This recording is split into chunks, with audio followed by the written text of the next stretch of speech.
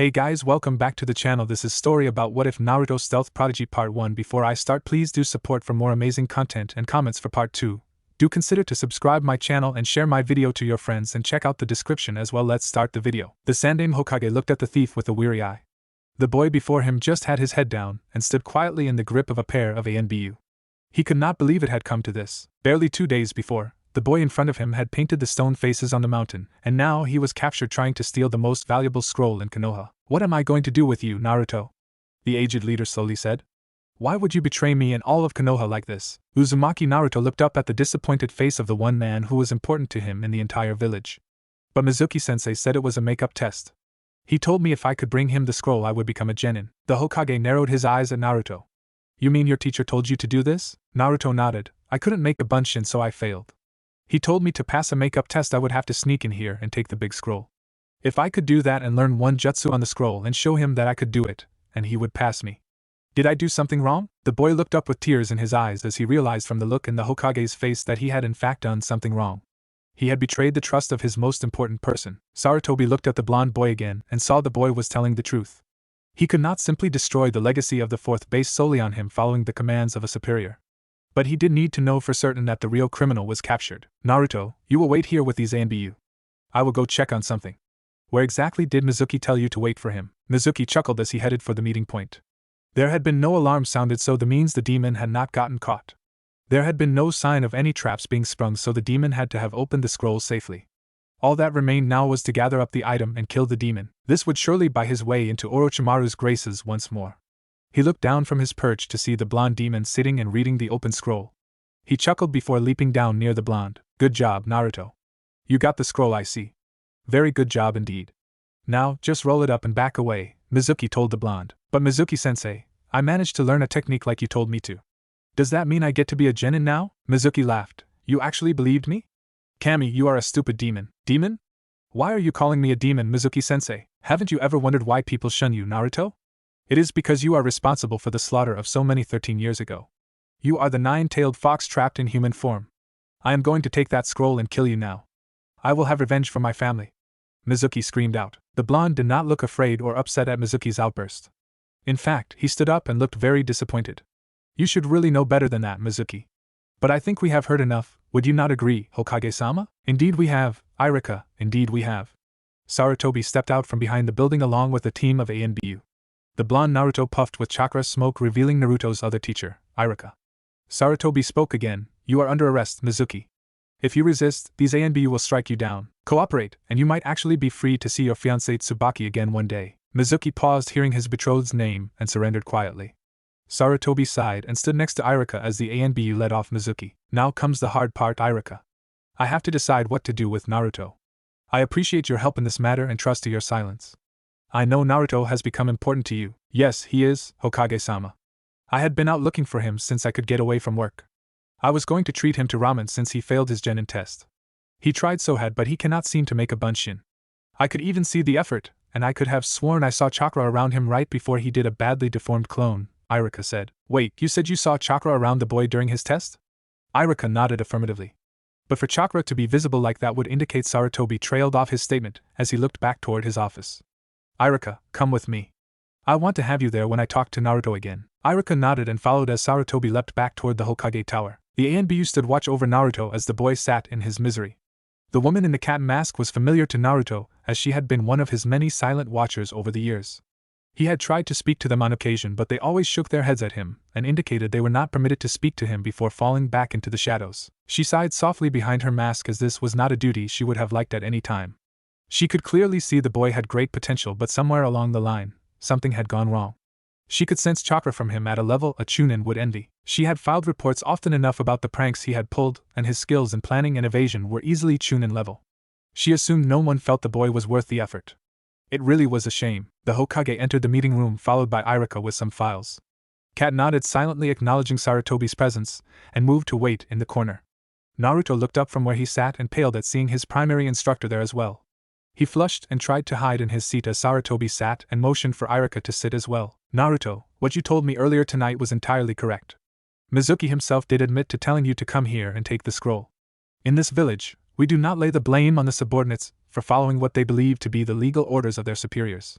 Therefore, you are not to be charged with treason. You trusted Mizuki, and he betrayed you. Naruto, I am disappointed in your actions, but you have not betrayed my trust. Sarutobi smiled gently at Naruto. The boy smiled weakly and a few tears ran down his expressive face. Yes, he needed that reassurance. In spite of all his bravado, he is a fragile boy. Iruka opened the file with Naruto's name on it. Naruto's grades in the academy are definitely not the best, Hokage-sama. He has failed the exit examination 3 times now. He grades show him as poor in taijutsu, poor in ninjutsu, inadequate in genjutsu, poor on throwing weapons, inadequate in tracking and evasion, inadequate in stealth, poor in written work. I thought Naruto was doing much better than that in his grades. Sarutobi glanced over at Naruto, who wilted slightly under the glare. Begging the Hokage's pardon, Kat spoke up. Yumino-san is incorrect in Uzumaki-san's ability in stealth, tracking and evasion. I personally have observed several of his pranks, and other ANBU would concur with me that for his training level, his rank should be outstanding. Sarutobi looked over at Kat, equal parts of concern and dismay at her information. Are you sure, Kat? He inquired. As I said, Hokage-sama, Uzumaki-san has shown outstanding ability in regards to stealth, tracking and evasion in his many dealings with the after effects of his pranks. Normally, it takes a jonin or a half-dozen chunin working in concert to corral him. We NBU, who are assigned to observe him, remain away from such things as ordered by you. The sole exception to the trouble in capturing Uzumaki-san is Yumino-san here. He can apprehend the boy on his own. We feel that it is a deliberate action on Uzumaki-san's part in those cases. There have even been cases where he has managed to elude his ANB watchers for up to 5 minutes as well. He normally is quite aware of our presence nearby but rarely the exact location. We put that awareness to experience, and some innate ability. Iruka, who is the person grading Naruto in the areas of stealth, tracking and evasion? That would be Mizuki, Hokage-sama, Iruka responded. Kat, why is this the first I am hearing about such ability on behalf of Naruto? It has been documented in many reports submitted by myself and others, Hokage-sama. We all assumed you knew and were not showing favoritism in regard to Uzumaki-san. His pranks cause ill will for himself even if they are just attempts at attention. Sarutobi frowned deeply and almost growled as he rose and stalked out of the office. He returned minutes later carrying several files, all labeled Uzumaki Naruto. He passed one to Kat and asked, "Is this one of your reports?" Kat briefly scanned the report. It was regarding a prank by Naruto 2 weeks prior. This is not the report I submitted, Hokage-sama. The general wording is mine, but many details have been edited out and the amount of damage incurred has been altered. In this incident, only a single vendor's cart was touched, not a half dozen as the report states. There was no damage to the vendor's wares and this report states near complete destruction. Sarutobi had a true frown on his face now. Your reports all go through Koga-san, Kat? Yes, Hokage-sama. He is one of Danzo's former root members. It seems several people are trying to get Naruto into bad graces all over. But one rabbit might have flushed one another out for me. Danzo has a standing request to have Naruto assigned to his training program. I have consistently forbidden such a thing. The 4th would roll in his grave if I did that to Naruto. Sarutobi sighed. Kat, round up several of the others who have filed reports on Naruto whom you trust. In the morning, I want you all to go over all of your past reports filed on Naruto in my office over the past 2 years. I wish to know the truth on what they say against what you actually wrote. Naruto, tomorrow we are going to have all of your skills reevaluated by people I trust in all the areas not taught by Iruka alone. Be back here at noon tomorrow. I'll escort Naruto home and bring him back here in the morning, Hokage-sama, Iruka offered. Sarutobi just nodded. The teacher led his student out of the building. Come stay at my house tonight, Naruto. Things are going to be bad tomorrow and keeping a close eye on you might be the best thing right now. Why are things going to be bad, Ikura-sensei? Asked Naruto. Because some people have done the worst possible thing to do in Konoha, they intentionally lied to the Hokage. It also looks like they did the second worst as well. What is that? They put it in writing. Koga walked into his office to begin another boring day of work. Being a secretary in the Hokage Tower was not a glamorous job for a former ninja and root agent, but he could think of worse. At least the new academy class graduating would mean he could funnel a few of the more promising of the true test failures to his master Danzo and root. He saw a lower-rank secretary waiting there for him, behind his desk. Ah, Koga-san. Hokage-sama is waiting for you to discuss your new job. I was assigned to take over your old job this morning. It seems you are being promoted. Koga was surprised but pleased. He did work hard at his job. It was good to hear that his efforts would be rewarded. Smiling to himself, he hurried up the stairs to find out where his new position would be. Koga arrived at the top of the tower to wait for a few minutes before the Hokage's main secretary to usher him into the Hokage's office. He bowed before the Hokage and waited as Sarutobi pulled out a scroll and a pair of folders from his pile of paperwork. Ah, Koga-san. I am glad you came up here so promptly. We have need of a quality man to fill a new position that just opened up in our liaison office with the daimyo, and your name was brought to my attention. I am flattered, Hokage-sama. May I ask what the new position entails? Of course. Just a moment. Sarutobi turned to his intercom. Could you bring in that tea and coffee I had asked for earlier, Yuemi? Of course, Hokage-sama, the secretary replied in a pleasant voice. Koga paid no attention to the door opening behind him. Suddenly, he stiffened as he lost all control of his movements. A blond man wearing a Jonin vest stepped in front of him and made a hand sign before his face. A Yamanaka. I must. Inoichi, Shikaku, right on time. Inoichi, please have Koga-san be seen leaving the main gate toward the capital. I do not want Danzo and his cronies getting wind that one of his spies has been caught just yet. I will have the paperwork of his mission filed immediately. Once Koga is seen leaving, get him to Ibiki as soon as you can. Kat sat in the file room with 3 other masked ANBU operatives. The Hokage's secretary, Yuemi, had shown them the correct cabinet with reports that mentioned the Uzumaki boy. Dozens of incident reports filled 2 drawers in a single cabinet. Kat looked through the cabinet and pulled out the ones she had personally filed reports on. She glanced at the first one and shook her head as she saw the large amounts of editing that had been done to her report. She took out a pad of paper and began to take notes. The file she was reading was on a stink bomb incident months before. The noxious substance Naruto had used did in fact cause a store to close while the air was blown out of the building. The owner had thrown Naruto out for simply asking how much something cost a day earlier. Kat distinctly recalled the foul odor, and that had done nothing beyond fouling the air. But the damage report was severely inflated beyond closing the store. It showed that an acidic compound had been used and damaged a large portion of the man's wares. The Hokage office, being officially responsible for Naruto, had authorized payment to replace the damaged goods. Kat was impressed by the amount listed. She looked into several other prank cases and noticed in all cases that money was being paid out for damages that had never happened. She listed every amount on her pad. The other operatives noticed what she was writing and began calling out the bogus damage payouts from their reports.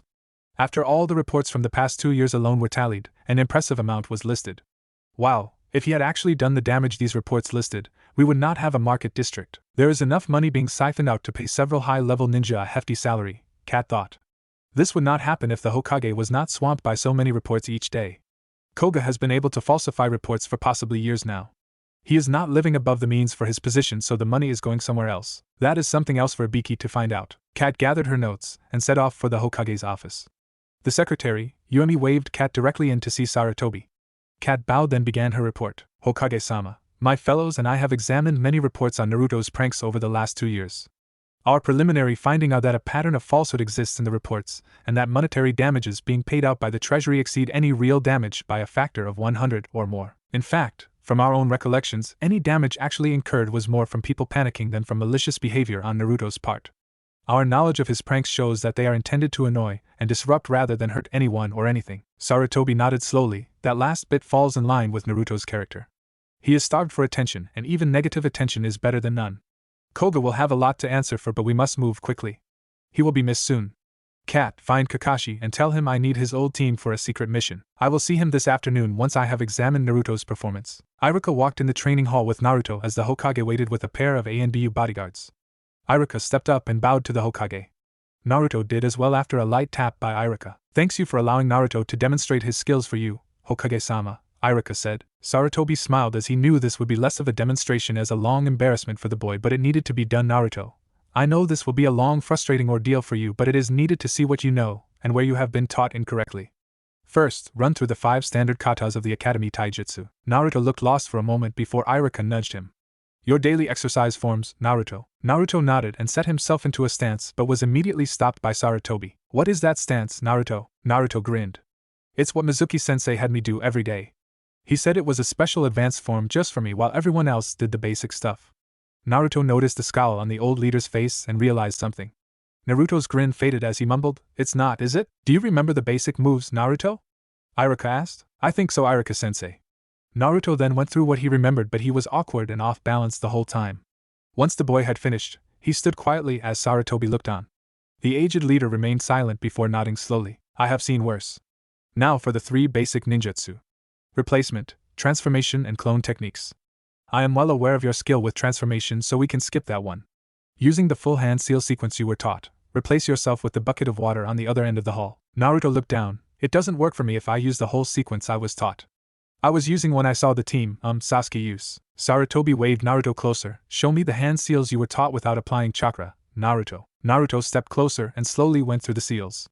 The ANBU, Bear, broke his silence with a mild curse. Sarutobi confused looked at Bear. You recognize that sequence? Yes, Hokage-sama. If he used that sequence, he could make a replacement technique work if he used a small amount of chakra. However, it is actually the sequence for a suicide technique designed to bury the user into the ground if captured. Naruto paled at that was muttered, I am glad I copied off the team then. Sarutobi frowned again but continued, now for the clone technique, Naruto. Naruto groaned at hearing that but did as ordered. He made the seals and focused, but like in his genin test, he produced a single sickly-looking clone. Sarutobi rubbed his chin as Naruto looked downcast. Naruto, I want you to try again for me, but do something different. Use the same amount of chakra but focus on making 50 clones, not just one. Iruka and the ANBU all looked at the Hokage with puzzled looks, but they turned back at Naruto to see the boy focus once more. When Naruto cast his jutsu, the air around the boy shimmered and 50 clones of Naruto appeared. Iruka looked poleaxed at the sight of so much orange. Sarutobi smirked and muttered, I thought as much. Sir? Iruka inquired. You told me you could see chakra around Naruto when he tried to make his clone technique work. That means he was badly overloading it. ANBU, activate my privacy barrier seals on the hall. This next test would be felt clear outside the village without them if I am not mistaken. The ANBU complied and the walls glowed with a dim blue glow. Naruto, this last test will be the most important of them all. You remember the exercises back in the first year of the academy where you practiced pulling out chakra? The boy nodded. Sarutobi continued, then I want you to generate as much chakra as you can using that method. Naruto looked scared for a moment but stepped back. He made a single hand sign and held it as he focused. The boy began to glow blue as chakra swirled around him, which quickly grew into a blue-white sphere around him. Sarutobi was awestruck at the pure light surrounding the youth. Is that you maximum, Naruto? No. Last time I did this, Kara-sensei said I must be doing it wrong because no academy student should be able to do this. No, you are doing it correctly, Naruto. Focus and pull it all out. We need to know how much chakra you have. Pull until it starts to feel different. Naruto closed his eyes, concentrated harder and pulled. The orb around him glowed brighter still and doubled in size. The light was painful to look at and it continued for nearly a minute before dying down as Naruto tired himself out and fell to his knees. Sarutobi stepped up to the boy and smiled. That was very impressive, Naruto. Was that as much as you could make? Well, I kept going until I started to feel sick to my stomach. After that I just held it there. Iruka, why don't you go take Naruto for that ramen you were going to buy him last night? I need to take care of a few things before I can render my verdict. Sarutobi pulled out a number of bills and handed them to Iruka. It's on me this time. The teacher and boy walked out and Sarutobi turned to face the masked ANBU. The two cloaked forms removed the masks and cloaks to reveal a pair of Jonin, Tenzo and Sarutobi Asuma. The boy has no practical skills whatsoever at this point, Asuma pointed out. His teacher, Mizuki, was trying to kill him and make it look like an accident. When he couldn't do that, he must have taught Naruto that flawed taijutsu. Another genin could easily kill him in a death match if he tried to fight with that. I agree, Tenzo said. His chakra level is monstrous in amount, but he has no control over it. Based on what he showed today, right now he stands in the top dozen in the history of Konoha in terms of pure chakra. It is scary to realize he is only a kid and nowhere near his potential. Sarutobi nodded. I hope you noticed he never tapped into the Kyuubi chakra at all. It was all his, one side effect of being its jailer. We cannot let him just go and be a civilian after this. Not with Danzo lurking out there waiting to try to claim him. The aged leader paused. But maybe that might be exactly what we want to happen. Asuma, remember back when you were a boy, all the trouble I had with weeds in our yard? The younger Sarutobi chuckled. Yeah, it used to drive you crazy, old man. They kept growing back no matter how many times you pulled them out. It took me getting a special herbicide to get rid of them. The weeds kept growing back because I could not get the whole root out. The herbicide ended up getting inside the weed and killing it all the way down to the roots. I am loath to use him like this, but in this case, Naruto will be our herbicide. With a little luck, he will get drawn into it and destroy the entire root for us. Naruto sat happily slurping down ramen noodles with Iruka looking on. The Scar teacher was amazed as always at how much ramen the boy could eat in one sitting. However, after seeing his performance at the Hokage's test earlier, he knew how the boy could manage it. His system burned through the calories and converted it to a massive amount of chakra. Apparently, being the container for the Kyuubi had a few unknown side effects on his body beyond the whiskers. He is going to have gone through the money Hokage-sama gave in another 2 bowls. I had better get him to slow down. Naruto, hold on a moment, Iruka spoke up to the blonde. Do not forget your manners in front of Iam. I know I taught you better than that. Naruto paused and blushed heavily as he looked up sheepishly at the cook's daughter Iam. The young woman smiled at Naruto and ruffled his hair. Don't worry too much, Naruto. I know you're not doing it to be rude. At least you never spill or make a mess on the counter. No way! Naruto exclaimed. That would be wasting ramen. Both Iruka and Iam chuckled at the blonde boy's seriousness about his ramen. Naruto composed himself and ate at a more normal pace for 2 more bowls when Iruka spoke up again. It's time to head back to Hokage-sama's office and find out his decision, Naruto. Naruto paused before nodding and slowly stood up to leave. Iruka loudly cleared his throat. Naruto just looked at Iruka confused until Iruka cleared his throat again and nodded his head towards Iam. Naruto looked confused for another moment before blushing and stammering out a quiet thank you to Iam. The woman smiled warmly and bid the pair goodbye as teacher and student headed off to meet with the Hokage. Sarutobi Hiruzen was suddenly feeling each of his 69 years as he looked at the earnest blonde bundle of energy before him. He knew his decision would break the boy's heart, but it needed to be done. Naruto, after seeing your performance, and taking into account the recommendations of the ANBU I had observing, I cannot grant you genin rank at this time. Naruto just sat as the Hokage stated his decision, and the boy hung his head in despair. Iruka spoke up, but Hokage-sama, Naruto does try very hard and has immense potential that would make him a fine ninja one day. Sarutobi nodded. I agree that he has potential. But right now it is only that, potential. I will grant that some of his failing have come from deliberate attempts to sabotage his education. However, his lack of effort on his own part has also contributed to his poor performance. Skipping class to perform pranks does not constitute good effort, Naruto. Naruto tried to make himself seem even smaller in his chair. Taking everything into account, I will grant Naruto one more 6-month period in the remedial class at the academy. This is where those who failed to pass their Jonin Sensei's test are sent. Failure there will result in permanent dismissal from the ninja program and being sent to the daimyo's samurai legion as a conscript. Do you understand, Naruto? Sarutobi glared down at Naruto with all the force of his office behind him. Naruto could only pale and nodded slowly. Sarutobi nodded crisply and muttered, "You are dismissed." Iruka fought back a glare at his leader and ushered Naruto out of the office. Once the pair had closed the door behind them, Sarutobi slumped down and frowned. Naruto sat in his apartment that night and did nothing. He could not sleep and he had no appetite, even for ramen. His dreams were going down the drain and he would never be Hokage unless something changed. A light tapping on his window brought him out of his stupor. He pulled a kunai from under his pillow and quietly made his way over to peek out. He did not see anyone. Slowly, he turned to see the Hokage standing in his apartment. Anger boiled up in Naruto as the aged leader just stood in silence. "What are you doing here?" the boy yelled out. "It's bad enough you are taking away my dreams, but now you have to come taunt me in my own apartment." "No, Naruto. I am not here to taunt you. I am here because I need you to do something for me." "Why should I do anything for you?" Naruto hissed out with tears in his eyes. Sarutobi held out a folder. "First, read this report." Naruto hesitated before taking the folder and reading the short report on a prank of his a few weeks earlier. The boy paled and looked shocked. "I didn't do that kind of damage," Sarutobi nodded. "I am aware of that. However, someone is trying to make it look like you did. I have a few ideas on whom, but I must keep those secret for now. Are you willing to listen to me now as I explain a few things?" Naruto nodded slowly and Sarutobi pointed to the bed. Both sat as the Hokage began his explanation. "I know you wish to become Hokage one day, Naruto. Being Hokage is about a lot more than being respected or in charge. Sometimes it is making a tough decision on who will live and who will die." The boy gulped a bit as he had never considered that part of the job before. Being Hokage is also about lies and deception. What I did today was setting up something that will be very important for the future of this village and everyone in it. It involves you directly. There are people within the village who want to use you as a weapon. It involves the reason why so many people are unkind to you and ignore or mistreat you. I need to tell you about this reason before I ask you to do something for me. Do you remember your classes on sealing, Naruto? Sort of. Iruka-sensei used chakra to put stuff into a scroll to make it easier to carry. That is one used for sealing and the very one I was hoping you would recall right now. After Iruka sealed the items into the scroll, did the scroll stop being a scroll? No. It was a scroll with a bunch of kunai in it. Good. Keep that in mind as I get to the next part. What happened the day you were born? The Kyuubi attacked and the fourth killed it. He died doing it. Sarutobi nodded. That is what we tell everyone, Naruto, but it is not entirely correct. The fourth did stop the Kyuubi and he did die doing so, but even he could not kill a Bija. Instead, he sacrificed his life to call upon the power of a death god to seal the Kyuubi inside of a newborn baby. Inside of you, Naruto. I have a demon inside of me. Naruto was on the edge of panicking. Naruto, calm down. Calm down.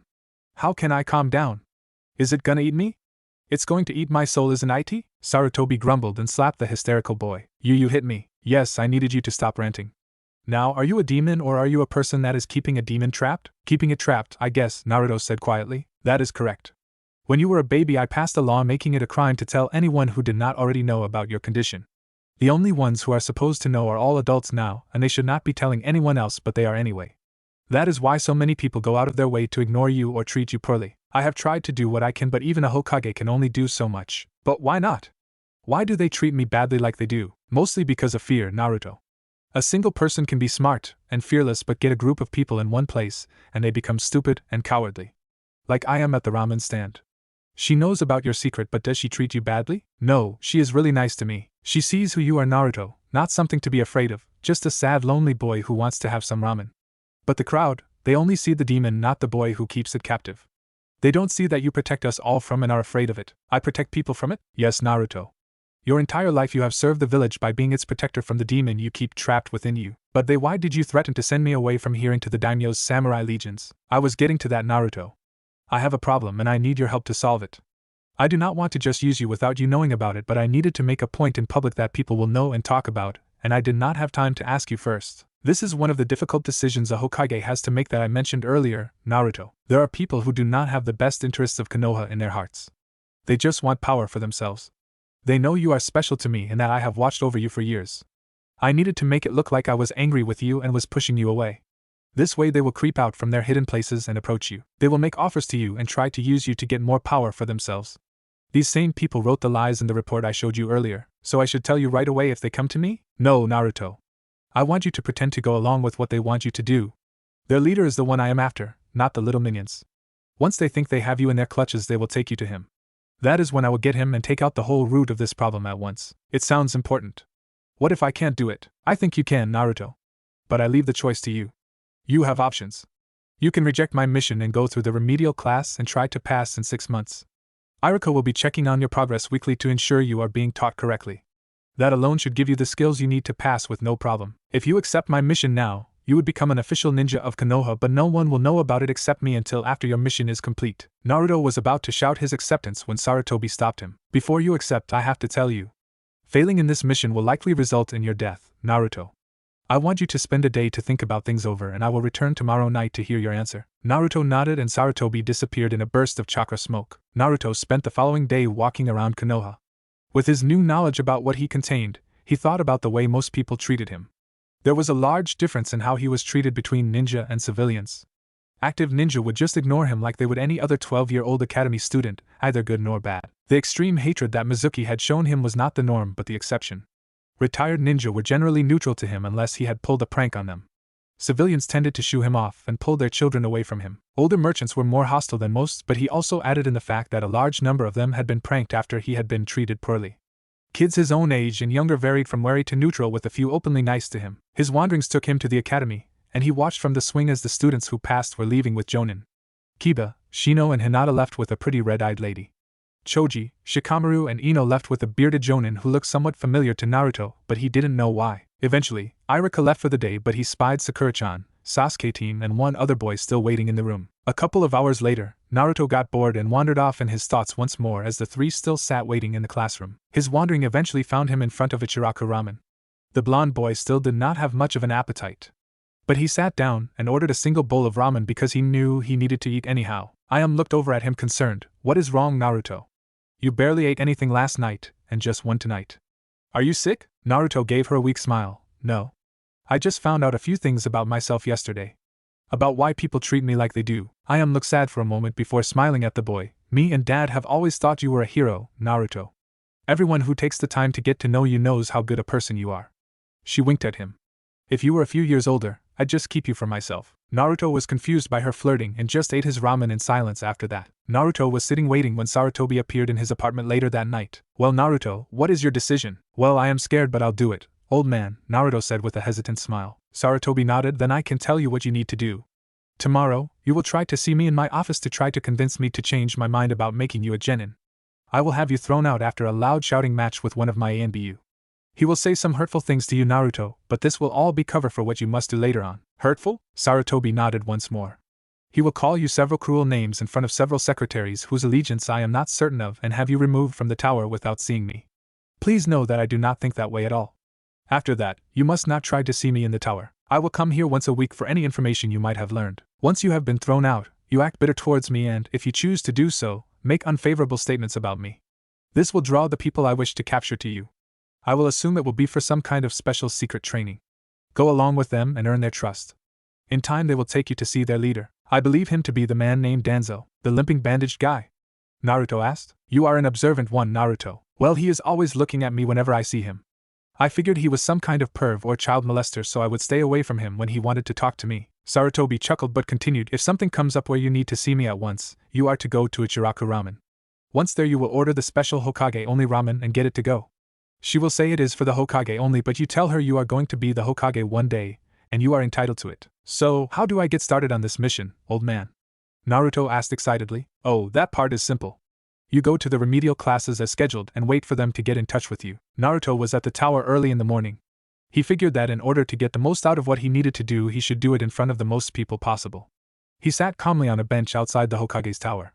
He watched people going into the building for their normal civilian day of work. At last, he saw Sarutobi walking past him without even glancing at him. Hey, old man!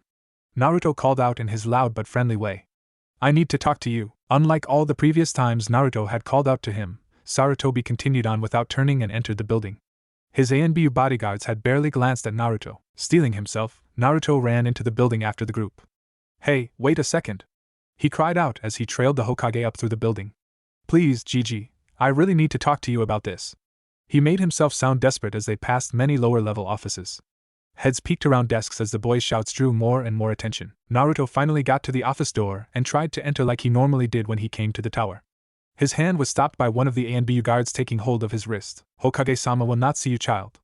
He has no more time for the antics of a failure, the bare-masked guard said in an even tone. I am not a failure! Naruto yelled out. I am going to be Hokage one day. You'll see. He pulled his hand free and reached for the door handle once more. Naruto suddenly found him face slammed into the wall with his arm wrenched behind his back in a hammerlock.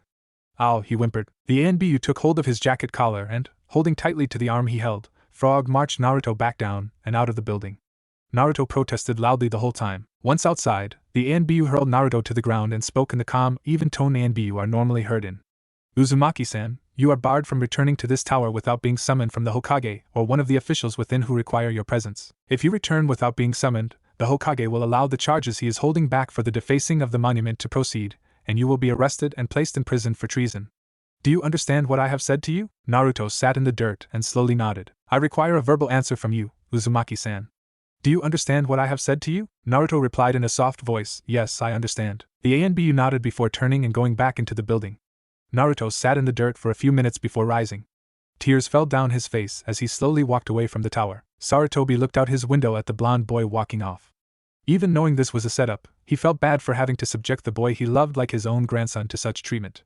There was a knock on his door and Bear entered the office. Sarutobi looked over to see Asuma remove the bear mask and look at him for a moment. Asuma had been about to express his dislike of having to do that to Naruto, but the look of pain in his father's eyes told him that silence was the best option. It's done. As ordered was all he said. Sarutobi nodded. Now we wait. The hardest part about fishing is seeing what nibbles on the bait you toss out and how long it will take. And hoping they do not notice the little hook waiting for them when they do. Rumors spread like wildfire across Konoha. The third had Naruto tossed out of the tower. Many people thought that finally the demon container was losing favor with their aged leader. One foolhardy soul decided that he could act on his dislike of the boy. Naruto had been walking with his head down and hands in his pockets when the bottle came flying out of the alley. It suddenly swerved in mid-air and flew up to a rooftop to be caught by an ANBU. Naruto never even noticed it. The man turned to flee, but he ran into a single ANBU waiting behind him. The boy may have fallen out of favor, idiot, but the third's law still remains. The ANBU vanished with the civilian in a swirl of leaves. Several days after the incident at the tower, Naruto arrived for the remedial classes. He was surprised that 13 of the 20 other students there who had actually passed the Genin test. But why are they here if they passed? He wondered. The largest surprise he found was Sakura was in the group. She got assigned to a team with Sasuke and some kid that was from an outskirt village. I don't see the team or that other kid, so why is she here? He noticed that Sakura had her head hung in defeat much like he had when he failed the tests. Even her normally vibrant pink hair had a dirty look to it, showing it had not been washed in days. He walked up to her. In a quiet voice he asked, Sakura-chan, what are you doing here? Sakura looked up at him. Her bright green eyes lacked any life at all. Oh, hi Naruto. Guess I'm where I belong, with the losers. What happened? You passed the test. So did a bunch of other people in here. I don't understand. Sakura sighed. It seems there is a second test by the Jonin teachers. If they fail you, you get washed back. My team failed. But if you failed, then where is the team? He said, puzzled by her answer. Kakashi-san said his skills were good enough that he could be used as a replacement in an existing team. Mine weren't, she said with no energy. Naruto was shocked by her answer. Add in the fact that he had insulted Sasuke and Sakura had not even reacted, and he was really worried. He sat next to her, and she still did not react to him. Sakura, I'm sitting next to you, you know. I'm not even defending myself, so if you felt like it, you could hit me on the head for it. Sakura just lowered her head once more. No thanks, Naruto. Naruto tried to think of something else to cheer up Sakura. You know, it could be worse. They could have kicked you out altogether. If they sent you here, they might think you are still good enough but just lacking something. Like with me, I can't make a simple clone. If you fixed that one area, you could be a ninja after all. Sakura looked up again. You really think so? But what if I fail again and then they get rid of me? Then go out trying your best. I read something once but I can't remember what it said, so I'll tell you what I remember of it. I will fight until I have nothing left. If my weapon breaks, I'll fight with my hands. If my hands are cut off, I'll kick them with my feet. If my feet get cut off, I'll crawl along the ground and bite them. If they kill me, I will still win by getting my blood on them and ruining their clothes. Sakura chuckled at the corny last line Naruto said as his grin seemed to lighten the mood she was in. That was horrible and I never heard of anything like that, Naruto. But I think that was something like a samurai's motto. Maybe, but it did make you smile, Sakura-chan. You look much nicer when you smile, he said with honesty. Sakura smiled weakly at Naruto after that. Thanks, Naruto. They sat in silence until an instructor either knew came in. The man wore the standard uniform of a chunin of Konoha. He looked over the students in the room with a blank look before speaking in a loud, clear voice. All of you are here for one reason or another. The underlying reason is that all of you here have washed out of the academy training program. None of you are any longer on the fast track for advancement, and few if any of you are likely to be making Jonin rank. You are plain grunts from now on. I am the only person you need to impress while I see if I can salvage any of you into passable ninja. I will not tolerate backtalk or slackers in my class. After today, all of you will come to class in suitable attire and respond to military discipline. You will address me as sir. That is the only way you will refer to me. Do you understand me, class? A few students replied with a weak yes, sir. I could not hear you. Do you understand me, class? The class replied louder, yes, sir. In the future, all replies will be loud and clearly spoken. You will wear dark blue, dark green, or black clothing to class. Brightly colored hair will be covered when on duty, or dyed to a dark color. It will not be loose below your neck. He glared at Sakura and Naruto specifically on those points. When I call on you in class, you will rise and stand straight before replying to me. Are there any questions for me? Naruto raised his hand slightly above his head. The instructor pointed at him. You, with the whiskers. Naruto stood up, rubbed the back of his head with one hand. Sir, I have no other clothes that could be used for ninja work. I don't have enough money to buy better clothes. The instructor raised an eyebrow. Whiskers, did I say you could smile or rub the back of your head when you addressed me? No, sir. The instructor got up close to Naruto and glared at the boy from a few inches away. Then get down on the floor and do 20 push-ups for your mistake. Naruto dropped to the floor and began doing push-ups. He quickly did the 20 required and stood once more. We have a comedian class. How many push-ups did you do for me, Whiskers? I did 20, sir, Naruto replied in a clear voice. Really? I never heard you say you did any. And how do I know you actually did 20? Maybe you only did 19 and are lying to me? Are you lying to me, Whiskers? No, sir. Then I want to hear you as you do those push-ups, Whiskers. The instructor bellowed. Naruto got back down to the floor and began doing push-ups once more, making sure he counted off each one as his body rose and fell. He finished the final one and began to rise when a foot pushed his chest back to the ground. Are you trying to get thrown out of this program, Whiskers? No, sir, I think you are. You seem to think you are special or something. You did every one of those push-ups wrong. He looked at Sakura. Pinky, what did Whiskers do wrong? Sakura quickly stood. He forgot to say sir each time he spoke out. Sir. The man nodded and looked back down. Do my 20 push-ups, Whiskers. Naruto felt the foot leave his back and he performed another 20 push-ups, counting each one and making sure he said sir at each. Once finished, Naruto stood back up. The instructor looked at him. To answer your question, you may go request suitable clothing from the quartermaster. The cost of it will be deducted if you make genin, otherwise you will be billed for it if you wash out entirely. He handed Naruto a paper. Give them this. Take Pinky with you because both of you are wearing clothes that say kill me. The instructor then talked about the class schedule and that each day they would be doing exercise as a group to make sure that they all could handle the physical side of being ninja. After that, he dismissed the class until the following day and walked out. The instructor walked to a plain building and entered. He descended down a hidden stairwell to come to an open area. He went to one knee before an old bandaged man supporting himself with a cane. Danzo-sama, the newest class does contain the container as we had been informed. The group also contains 3 or 4 other potential recruits. With the proper mindset they could do well for Root. Danzo smiled crookedly.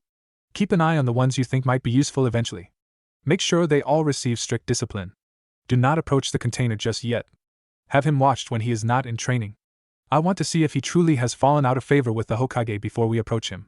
He needs the most discipline of them all. Let the system do our initial training for us. Naruto and Sakura eventually found the quartermaster warehouse far from the civilian areas they normally kept to. Upon showing the note from their instructor, each of them received 4 sets of clothing in a dark blue. Neither one was interested in dyeing their hair, so they got several head scarves to tuck under their headbands to cover their hair. Sakura would be forced to wear hers in the standard fashion to hide her bangs and tie her hair up in a bun to keep its length. Once the paperwork for the clothing was filled out, they were allowed to leave. The quartermaster had also issued them each a pack to carry the clothing in. They slowly made their way back toward the civilian areas. Sakura-chan, do you want to get some ramen with me? I'll pay. I have a little bit of money left. Sakura was quiet for a minute. Naruto had always asked her out in the past, and she would normally hit him for it so she would not look like she was giving up on Sasuke. But now, she was in a totally different situation. She had no Sasuke to fall back on. She had no other person she knew remotely as much as Naruto in the class. Every person she knew more than casually had passed the real test, and now she had no one, just Naruto. She didn't want to push away the closest thing she had left to calling a friend. Fine, she said at last in the defeated voice she had been using outside of class. It is not a date. Just a pair of friends getting something to eat. Naruto smiled broadly, and it seemed to be warm and lightened her mood just a little bit. Day by day, the next 3 months passed slowly for both Naruto and Sakura. The instructor seemed to take particular glee in torturing the pair of them. Neither one noticed they were being molded into obedient little soldiers, as every instance of individuality was dealt with by harsh physical punishment in the form of more exercise. Classes consisted of tactics and team formations and all the physical things a ninja needed to know. Taijutsu was done daily and left all the students sore. Knife work, weapon throwing, silent killing techniques, offensive and defensive formations. There were none of the leadership classes that the academy had drilled into them. They realized that they were no longer the leaders. They would end up being the followers, a part of the nameless background, all dressed and looking the same. Sakura's physical strength improved dramatically. She decided early on to take heed of Naruto's advice. They could kick her out, but she would not give them the satisfaction of making her quit. Her slender arms gained muscle mass along with the rest of her body. In response to her increasing physical energy, her chakra reserves were several times what they had been in the original academy. Her build became more like a gymnast than anything else, as the flexibility exercises the class had kept her from growing muscle-bound and looking like a weightlifter. In the second month after a grueling day of running an obstacle course, Sakura's bun had come undone and her long hair cascaded down her back. The instructor was immediately yelling at her to do something about it. Wincing under his verbal assault, she pulled out a kunai and sliced the hair off at her neck. She just dropped the pink strands into the mud and kept moving. She never looked back at it. Naruto also filled out from a scrawny boy into a much more fit person. His troubles with chakra control only increased the amount of punishment he got at the hands of the instructor. But he kept one thought in mind. He was working for the Hokage, and this was a mission. The only bright spot for Naruto or Sakura was each other. As they were the troublemakers of the group, the other students left them isolated. During training they would watch each other's backs and make sure the other was getting through that stage of the training. They would sit together during lunches and walked back to their homes at night together. Every few days Naruto would treat Sakura to ramen, but he ate much less than he had in the past as his funds had been drastically cut. Neither one spoke much outside of training, and they only caught glimpses of their old friends as they passed by doing other things. They did see that their former friends never bothered to notice the pair of trainees in identical outfits and head coverings. True to his word, the Hokage came by his apartment once a week late at night. Early on, Naruto would give long detailed talks about his experiences, but every week these became smaller. After nearly 3 months he just said in an exhausted voice, "Nothing to report, Hokage-sama." Sarutobi frowned at hearing that as the entirety of what Naruto had to say. But he could see the changes in the boy over time. He hoped that the bubbly boy he knew was not lost forever. The Hokage then left Naruto's apartment in a puff of smoke. Back in his mansion, Sarutobi shivered as the shadow clone dissipated and the memories flowed into his mind. He needed to push things along faster. Root must be holding back to have not approached Naruto yet. He needed to make things move faster. He was worried about many things, and the disturbing report of a Genin team headed for the Wave Country being killed along with their Jonin teacher and client seemed more ominous than usual. The instructor looked over his reduced class. From the original 21 students, 13 remained. The rest had left the program on their own. The first 3 months of this program are now over. I hope I have instilled the proper amount of physical and mental discipline into all of you that will be needed in your time as ninja of Konoha. I will turn you over to a new instructor tomorrow to handle your chakra and jutsu training. There was a call from the door, "Stand for the Hokage." All the students stood quickly to attention. The Hokage walked in briskly with his white robes and official hat.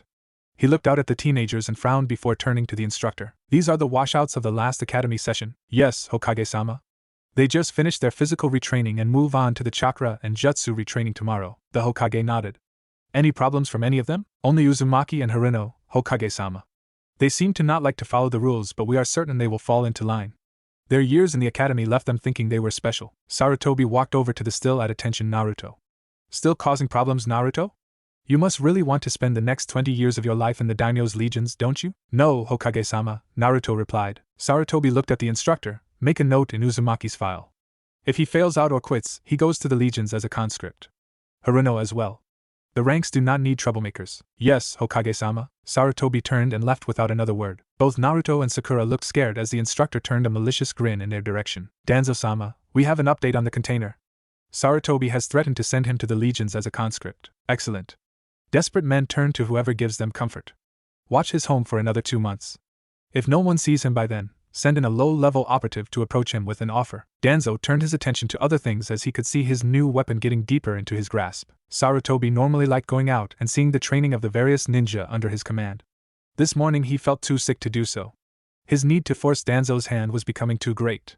He had been forced to threaten not only Naruto but a person who had no connection to his plans. He remembered the perky pink-haired girl from Naruto's class and knew she should not be in that program. Kakashi had failed the team over poor ability and the lack of any sort of teamwork. He even suggested that the Uchiha be turned over for psychological tests due to his monomaniacal need to kill his brother. It had been the manipulations of Sarutobi's old teammates that had the Uchiha boy assigned out as a replacement for an incomplete team. Like it or not, his power as Hokage was waning as his age increased. Danzo would not outlive him by very long as the old Warhawk was badly crippled. The root organization Danzo created would outlive both of them and be a drain on Konoha unless it was destroyed. Naruto was the big variable for Sarutobi. The boy needed so much more than he had gotten in his life. If someone were to offer him better than he had received in the past, the Hokage felt there was a slim chance that the boy would turn. He needed someone else as a backup to Naruto just in case the boy did turn to what he was offered. Naruto liked the instructor for chakra training a lot better than the one for physical training.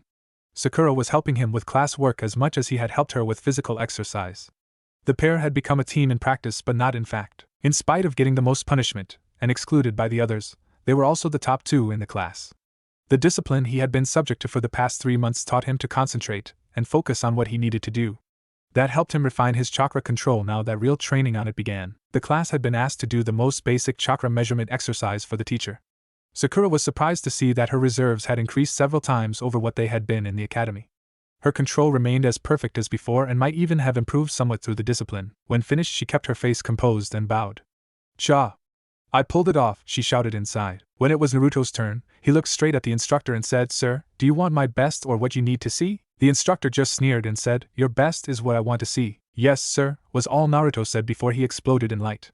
The entire group felt like they had looked into the sun. Naruto glowed like that for 10 seconds before the instructor was shouting at him to stop. It took several minutes for the instructor and the class to regain their sight. Naruto managed to hide his smirk before the instructor could see it. "Never do that again, Uzumaki. I will admit you have more chakra than anyone your age should have, but that is not a reason to flaunt it. You need to control all that power." "Yes, sir," Naruto replied. The instructor led the class outside. "All right, class. Now we will start your chakra control exercises. All of you have shown enough chakra to do this, so I want no slackers. Today I will show all of you how to climb walls and trees without your hands. You will use chakra through the soles of your feet to grip the tree. This technique is the basis for the tree and roof running you see so many ninja of Konoha use." The instructor walked up to the wall of the training area and with a slight push-off walked up the wall. He stopped about 20 feet up and looked down at the class. The most difficult part of this exercise is getting used to the way your perception shifts when in a plane that is not vertical. It is easy to become disoriented because gravity still works on you even though your feet are gripping the surface. That is why this is used mainly as a practice exercise and not a routine procedure. First step. Lift one foot and place it flat on the wall. Mold chakra through that foot to get it to grip at the wall. Once you can lean back at a steep angle and have your foot remain gripping the wall, you get my attention and then you can switch to work on the other foot. Sometimes it takes a different amount on each foot to get this to work. You may approach the wall and begin. The class stepped up to begin.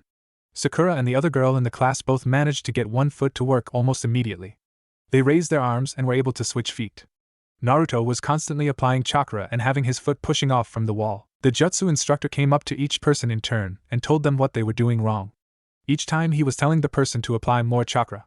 He observed Naruto and growled out, "Way too much chakra, Uzumaki." Naruto applied less and less as his instructor told him until finally he managed to get the foot to remain attached to the wall. He was the last one to be switching feet, but he managed to get the second foot on the first try. The instructor was pleased that the entire class had managed the first step in only an hour. The next part would be a step up in difficulty. He led the class to a slanted section of wall at a steep angle with bars hanging over it. Second step. I want each of you to grab the bar on the wall in front of you. You will lift yourself off the ground and place your feet against the wall. You will use your chakra to hold your feet in place and slowly relax your arms until your weight is on your feet. You will need to increase the chakra you use to do this as more weight is on your feet. Once you can maintain the grip with your feet, you will release the bar and keep yourself firmly attached to the surface. Once everyone has accomplished this, we will move on. Once more the class began the new exercise. Sakura and the other girl were once again the first two to get it right, but Naruto was a close third behind them. The instructor walked up to Naruto and looked at him and finally pulled at him to see how well he was stuck to the slanted surface. How is it you could not get one foot to stick for so long but now can learn this part so fast, Uzumaki? I learned best by doing, sir. Once I knew how much to chakra use, it was easy after that. Adding a little more was easy for me too, Naruto informed him. The instructor chuckled as he turned to get the rest of the class up to speed. Several fell, but the controlled conditions prevented injuries. Once everyone had managed the exercise, the instructor moved on to the third step. This is the toughest part. Now each of you will actually climb a wall. You will be allowed to step on the slanted part on the way up. From a standing start, you will place one foot on the slanted surface, and lift yourself up, then place the other foot higher on the wall, and then proceed to walk up the wall. You will not run during this exercise. It is intended to train your control, not your speed. Moving at a slower speed means you need greater control to get up the distance required. If you find your leg strength lacking, use chakra to support the muscles. I expect us to be working on this for at least the next 2 days, so those who finish early can keep doing it by going up backwards. Those who cannot do this exercise forwards and backwards after 2 days had better practice on their own time, or you will fail the final. Do you understand? We understand, sir, shouted out the class. The instructor leaned against the wall to watch the class practice and fall often, but there were no serious injuries. Over the next 2 days, the class all managed to finish the exercise. Sakura had nearly exhausted her chakra even at the higher level of control. Naruto carried her piggyback toward her house as she lightly dozed. He caught sight of Team 10 going the other way but chose to say nothing as the group walked past. Shikamaru had only been grazed by Sakura's foot. He looked up for a moment but then stopped and looked over his shoulder. Naruto? Sakura? Naruto flinched and stopped, almost coming to attention at hearing his name. Sakura shifted on his back and groggily lifted her head off his shoulder, muttering, "Here, sir." Choji, Ino and Asuma all stopped once Shikamaru had and turned back to see what was wrong. The remainder of Team 10 saw Shikamaru talking to a pair of ordinary military ninja, with one being carried on the second's back. Asuma shifted to one side, recognized Naruto's face and frowned. The look on Naruto's face was extremely tired and his features holding a blank mask. The girl on his back was even more tired and looked like she had just woken up. But the thing that most disturbed him was their eyes. They were not so much empty as they seemed guarded and hiding their emotions. He would need to talk to his father about this. Shikamaru looked over the pair with a critical eye as he took in their appearance and physical state. He needed more time to think about this. "We haven't seen either of you since graduation. We were just going to get some barbecue. You want to come?" Asuma frowned at first, but Shikamaru glanced back at him with a look and he spoke up. "That's an excellent idea, Shikamaru."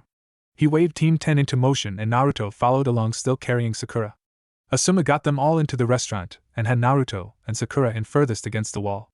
Ino slid in next to Sakura and Choji outside of Ino. Shikamaru got in next to Naruto with Asuma taking the outside seat. Sakura and Naruto both sat there as Team 10 ordered food for the entire group. Ino began to talk and asked them questions. Asuma noticed neither one made a move to remove their hoods, so he spoke up. "You can take off the hoods now." Naruto spoke up. "We are still on duty until we arrive at home, sir. We are supposed to be in uniform on duty." Asuma nodded. "Well, I am a jonin and I say you are off duty while you are in here eating, so take them off." Both Naruto and Sakura pulled the hoods off their heads and Ino almost freaked when she saw the state of Sakura's hair. "Damn forehead, what did you do to your hair? It's almost as short as Hinata's now. It was in the way and I didn't have time to roll it back up into a bun, so I had to cut it or do 50 push-ups for being out of uniform," Sakura replied in a tired voice. "It was below my neck." Ino looked over at Asuma in shock as he nodded. "But my ponytail goes almost all the way down my back. And I don't have to wear that hideous uniform." "Why do they have to?" she asked her teacher. Asuma sighed and slid into lecture mode. They both washed back from the elite program into the standard military ninja program. The elite program that you are in, Ino, is what most of the world sees of our ninja. The elite program gets the high-profile missions that make a village famous and get the village a lot of money from clients who wish for the ninja they hire to be seen. The elites also tend to be the more powerful ninja of a hidden village and get unique reputations. Genin in the elite program don't have to wear standard uniforms, so they can be seen in public much easier. Most Chunin and Jonin in the elite program tend to move to a more military style of dress, so they do not stand out as much to the enemy. Standard military ninja are a different group. They wear uniforms all the time. They get the quiet missions and the dirty missions. They take guard duty in Konoha. They keep the village secure and handle all the things that we take for granted with our elite status. They also rarely get high-profile missions and few advance to Jonin rank. However, a large portion of A and BU is drawn from the best of them. When someone fails out of the academy due to lack of skill or failed by a Jonin sensei, They get sent to the military ninja basic training to see if they can still be useful as a ninja. But Sakura was smarter than I was, Asuma-sensei, Ino protested. She should still be one of us. No, Ino, Sakura said quietly. Yes, I was smart, but I was also being very stupid. I spent all the time I could have been getting physically stronger chasing after Sasuke. Now I know better, but I am not going to quit. I can't quit now. I have to get through this to the end. Why not? Ino blubbered out. You can always quit the program if you are not a genin yet. Naruto looked across the table at Ino. If either of us tries to quit or fail out now, Hokage-sama is going to send us to be conscripts in the daimyo's legions. What are the daimyo's legions? Choji asked. Asuma spoke up. They are the military forces that answer directly to the daimyo as opposed to the Hokage. Normal professional soldiers who have no chakra or people who wanted to fight but not be ninja. Local militias, police forces and conscripts are also a part of the legions. Conscripts are basically slave labor in the legions. Few conscripts survive their terms of conscription. If Naruto and Sakura are sent there, it would be a horrible and short life. Ino paled. What would happen? Asuma looked down. Naruto would be the lucky one. He would likely survive. He would be little better than a pack mule and he wouldn't get to fight, only do drudge labor. Sakura, Asuma paused and looked up at Sakura. He saw a slight spark in her eyes and she nodded slightly. She knew what could happen to her there. Asuma continued. Sakura would be used by the troops as a pleasure woman and a cook. Likely she would not live very long. Choji and Ino both had tears rolling down their faces at hearing that. That's cruel and inhuman, Ino cried out. Asuma nodded once more.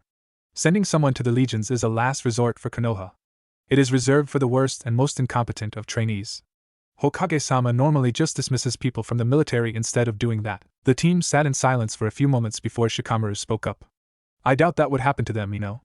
Unless the standards are ridiculously high, they should already be more than strong enough to pass now. Judging by how their uniforms fit, and in spite of their being tired, I think the pair of them could defeat all three of us right now in a straight battle. Choji looked at Naruto and Sakura, then back at Shikamaru. Are you sure, Shika?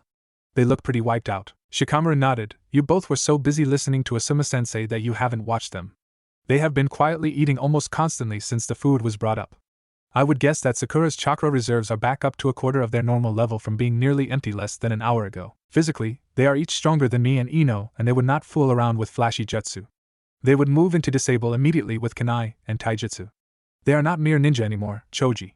They are soldiers as well. I think Naruto as he is now would easily defeat Sasuke. Ino chuckled, as if Sasuke-kun would roast him in a few seconds. Shikamaru shook his head. No, Naruto would beat him in a few seconds. Not with anything flashy. Just go right about it, and cut him down without a word while Sasuke was trying to brag about his superiority. Naruto smiled slightly. I might let him think he had a chance, Shikamaru. But I think that is about right. Asuma spoke up once more. Ino, I mentioned that most of ANBU comes from the military ninja. What I did not tell you is more specific. Nearly all ANBU come from academy students that were watched back to the military side from the elite side. Think about it. They had the skills and ability to make it through the entire academy program, but lacked the one something a Jonin sensei felt was off to be a part of the elite. The military training and discipline added to that existing skill level and made them better than just academy, or just military. I would not be surprised if in 5 years or so, both Naruto and Sakura would be invited to join the NBU. Choji was in so much shock hearing what Asuma had to say he never even noticed Naruto quietly getting the last piece of meat. Since the class had demonstrated ability at wall climbing, the chakra instructor wasted no time moving on to walking on water as the next skill. This took nearly a week for the entire class to master. Sakura managed to accomplish it the first day along with a few others, so they were tasked with variants of it like doing handstands or calisthenics on the surface of the water. The chakra instructor wasted little time with fancy high-powered jutsu. Each day he would have his students hold themselves to the rafters of the room while he taught his lessons. He taught simple D-class jutsu in the class. Using a simple water jutsu to fill a canteen by condensing the water from the air. Fire jutsu that could be held in one hand and used to cook meals without the need of a campfire. Earth jutsu that could allow hiding of trash and waste at a campsite. Wind jutsu to dry clothes if they got wet.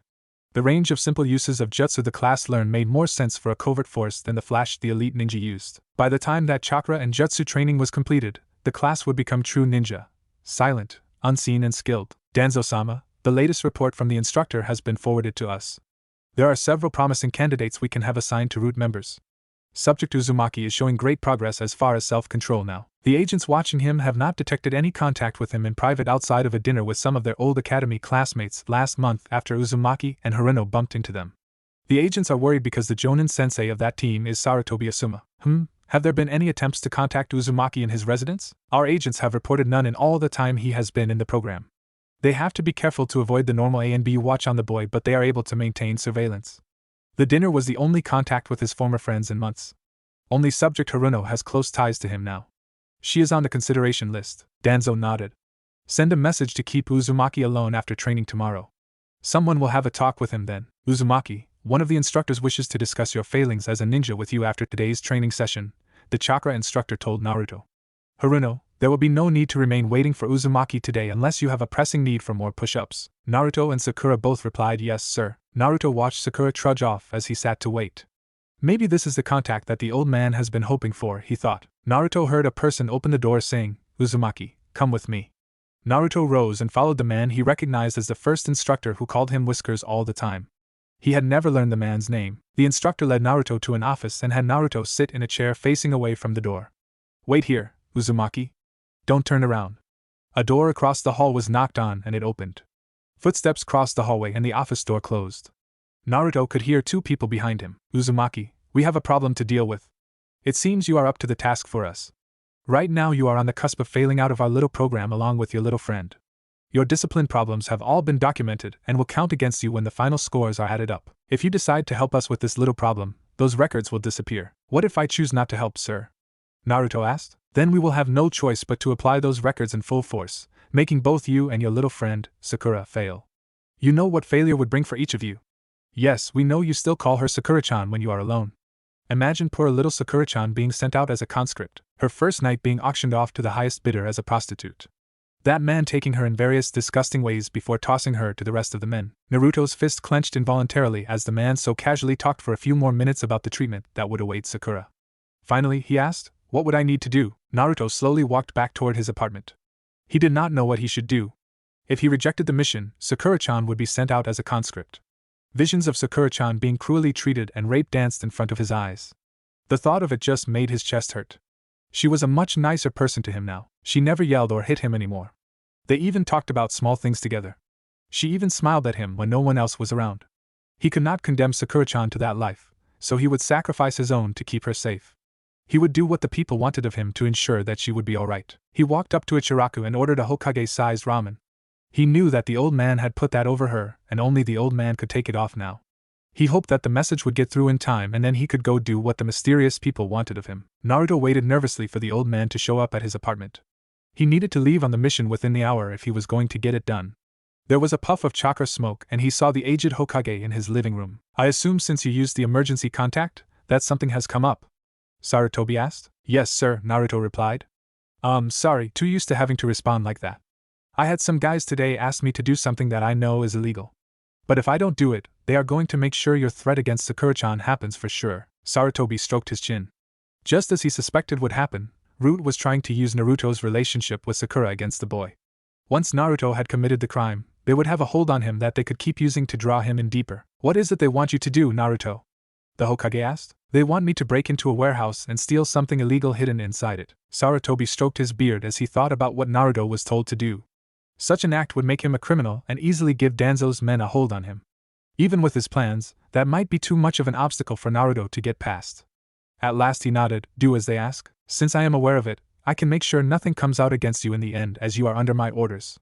Like I told you months ago, we do not blame the subordinate for following the orders of the superior. Naruto smiled, but Sarutobi noticed that where the boy would have whooped for joy 6 months before, now he kept much more sedate and controlled.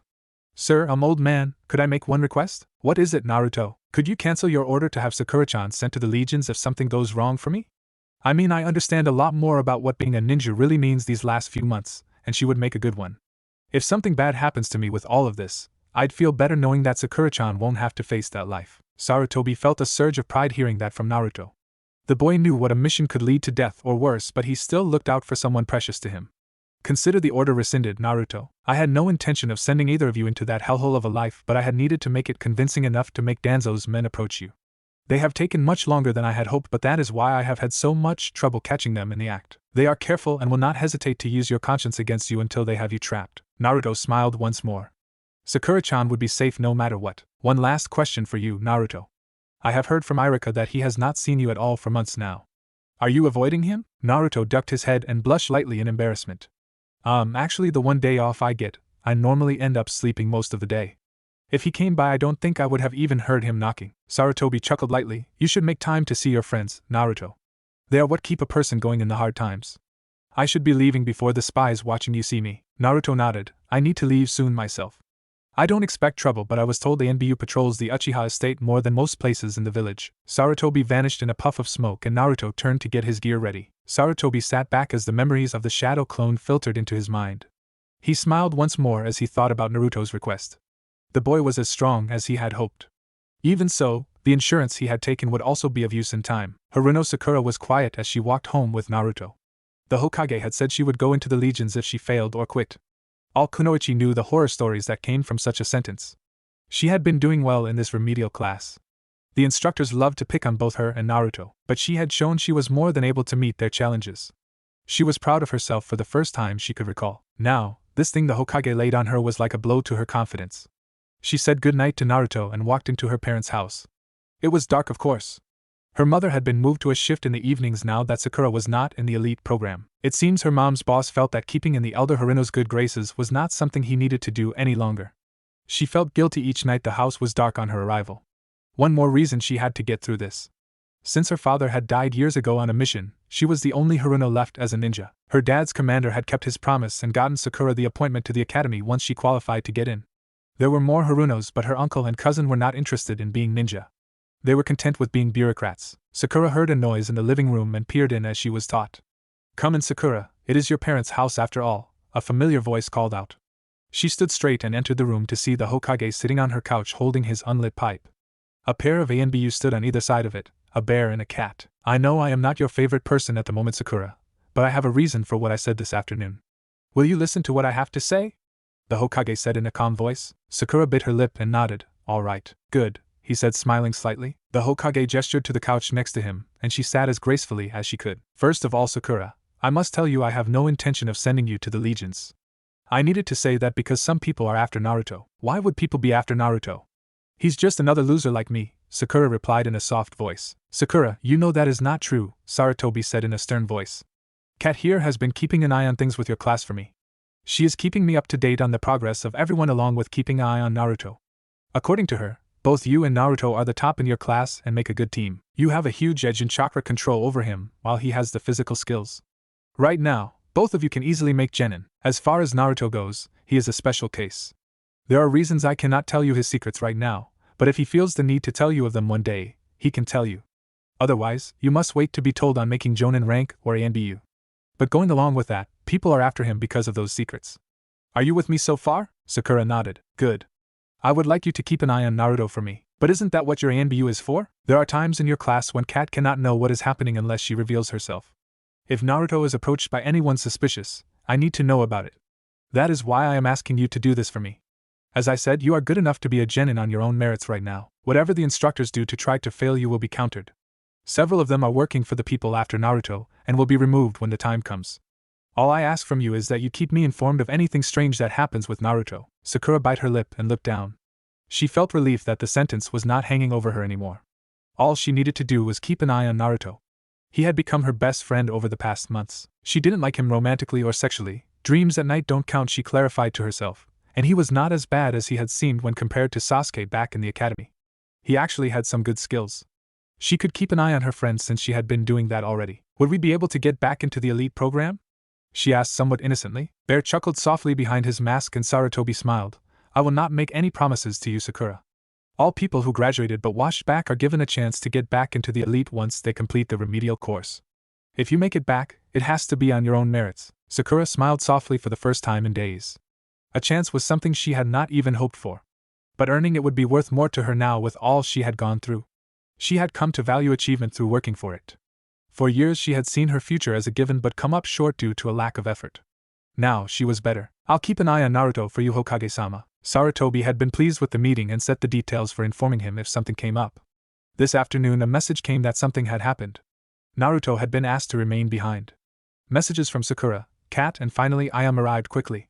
He was proud of them all for trusting an old man and proving his trust in them. He wished Asuma had been as accommodating. Damn it, Dad. I just got in from dinner with my team. We ran into Naruto and Sakura. Those two are worn out. I don't know what kind of hell they are going through in that remedial class, but it is way beyond what normal genin should be getting. I know it is. I have Kat keeping an eye on them. She is keeping me informed. Asuma growled. Informed is one thing, Dad. They are going to break on you and your whole gambit is going to go down in flames. If I didn't know Sakura was acting about how she would be going into the legions, I would have believed her. Sarutobi went into a secret panel on his desk and pulled out a folder. Asuma, look at this list. This is the list of people that man Koga was working with. We have confirmed over 36 root members since then, and that does not include current shinobi. If they rise up against Konoha, the results could be devastating. I have so few people I can trust involved in this that I do not know if I will even wake up in the morning. I need to think of Konoha as a whole. If Root takes this place, over hundreds, thousands will die in wars started by that lunatic. He has been working in the shadows for decades, hidden from me, hidden from Minato. Several members of the clan council are on that list, Asuma. If I am forced to risk the lives of 2 genin, even if one is Minato's boy, in order to keep thousands of ninja and tens of thousands of civilians safe and happy, then I will do so. I may not like myself afterwards and I will pay for my choices with Kami, but I will do what needs to be done for the benefit of the greatest number of people. Asuma watched as his father was both a strong leader and a tired old man as he spoke. I have done much worse than this in my lifetime, Asuma. I just pray that the path I set finds them safe at the end of it.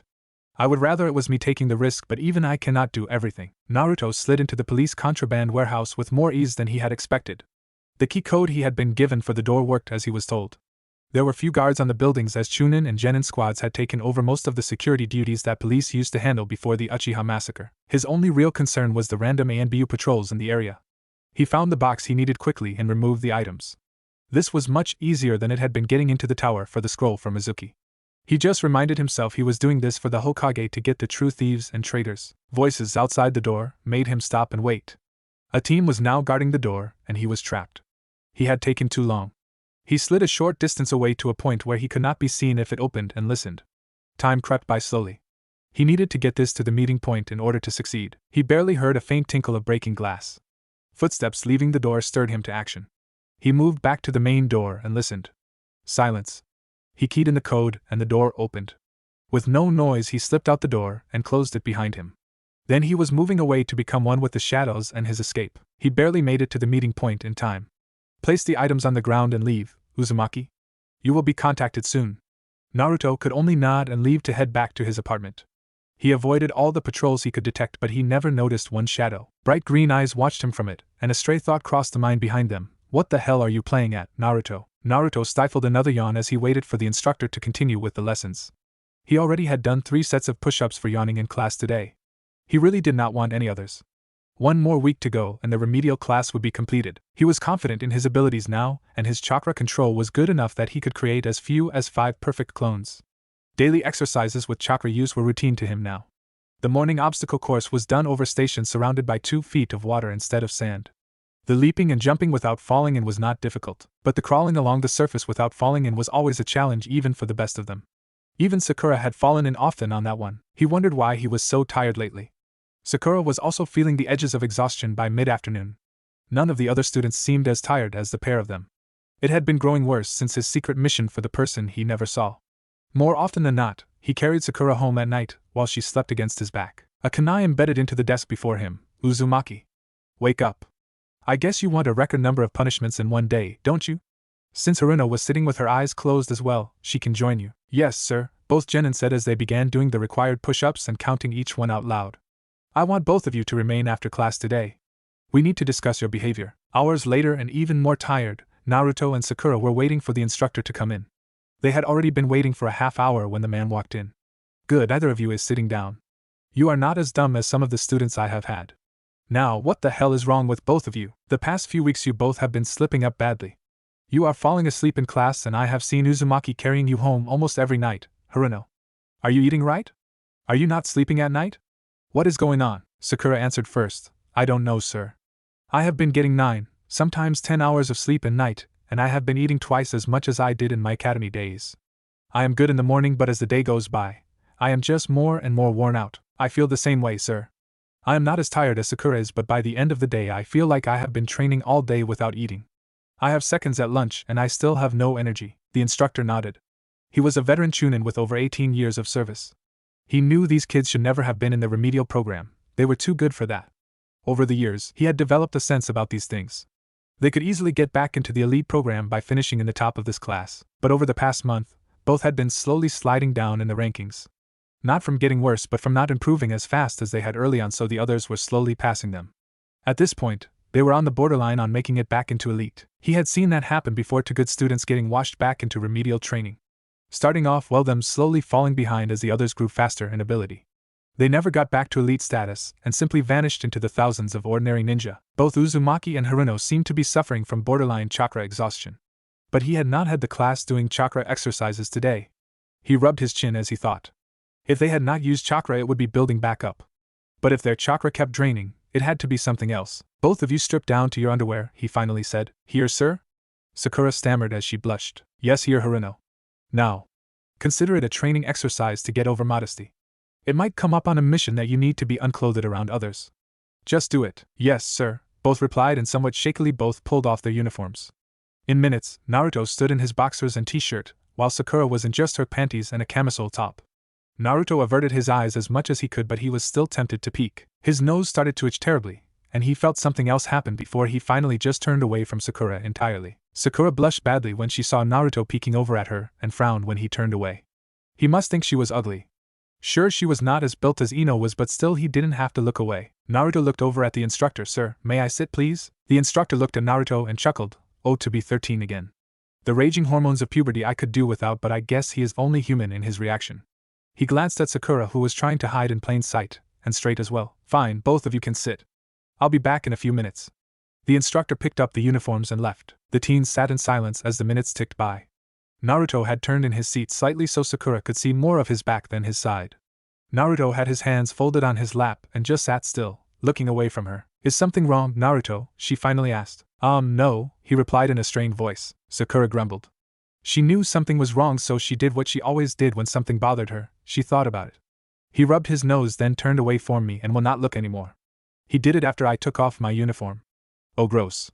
She looked down at herself. Maybe she was not as bad looking as she thought, and smiled slightly before getting an evil twinkle in her eye. Naruto stood in front of the lion facing Irika. Make a henge, Naruto. Naruto vanished in a puff of smoke. What appeared out of it was a naked buxom blonde girl with long pigtails.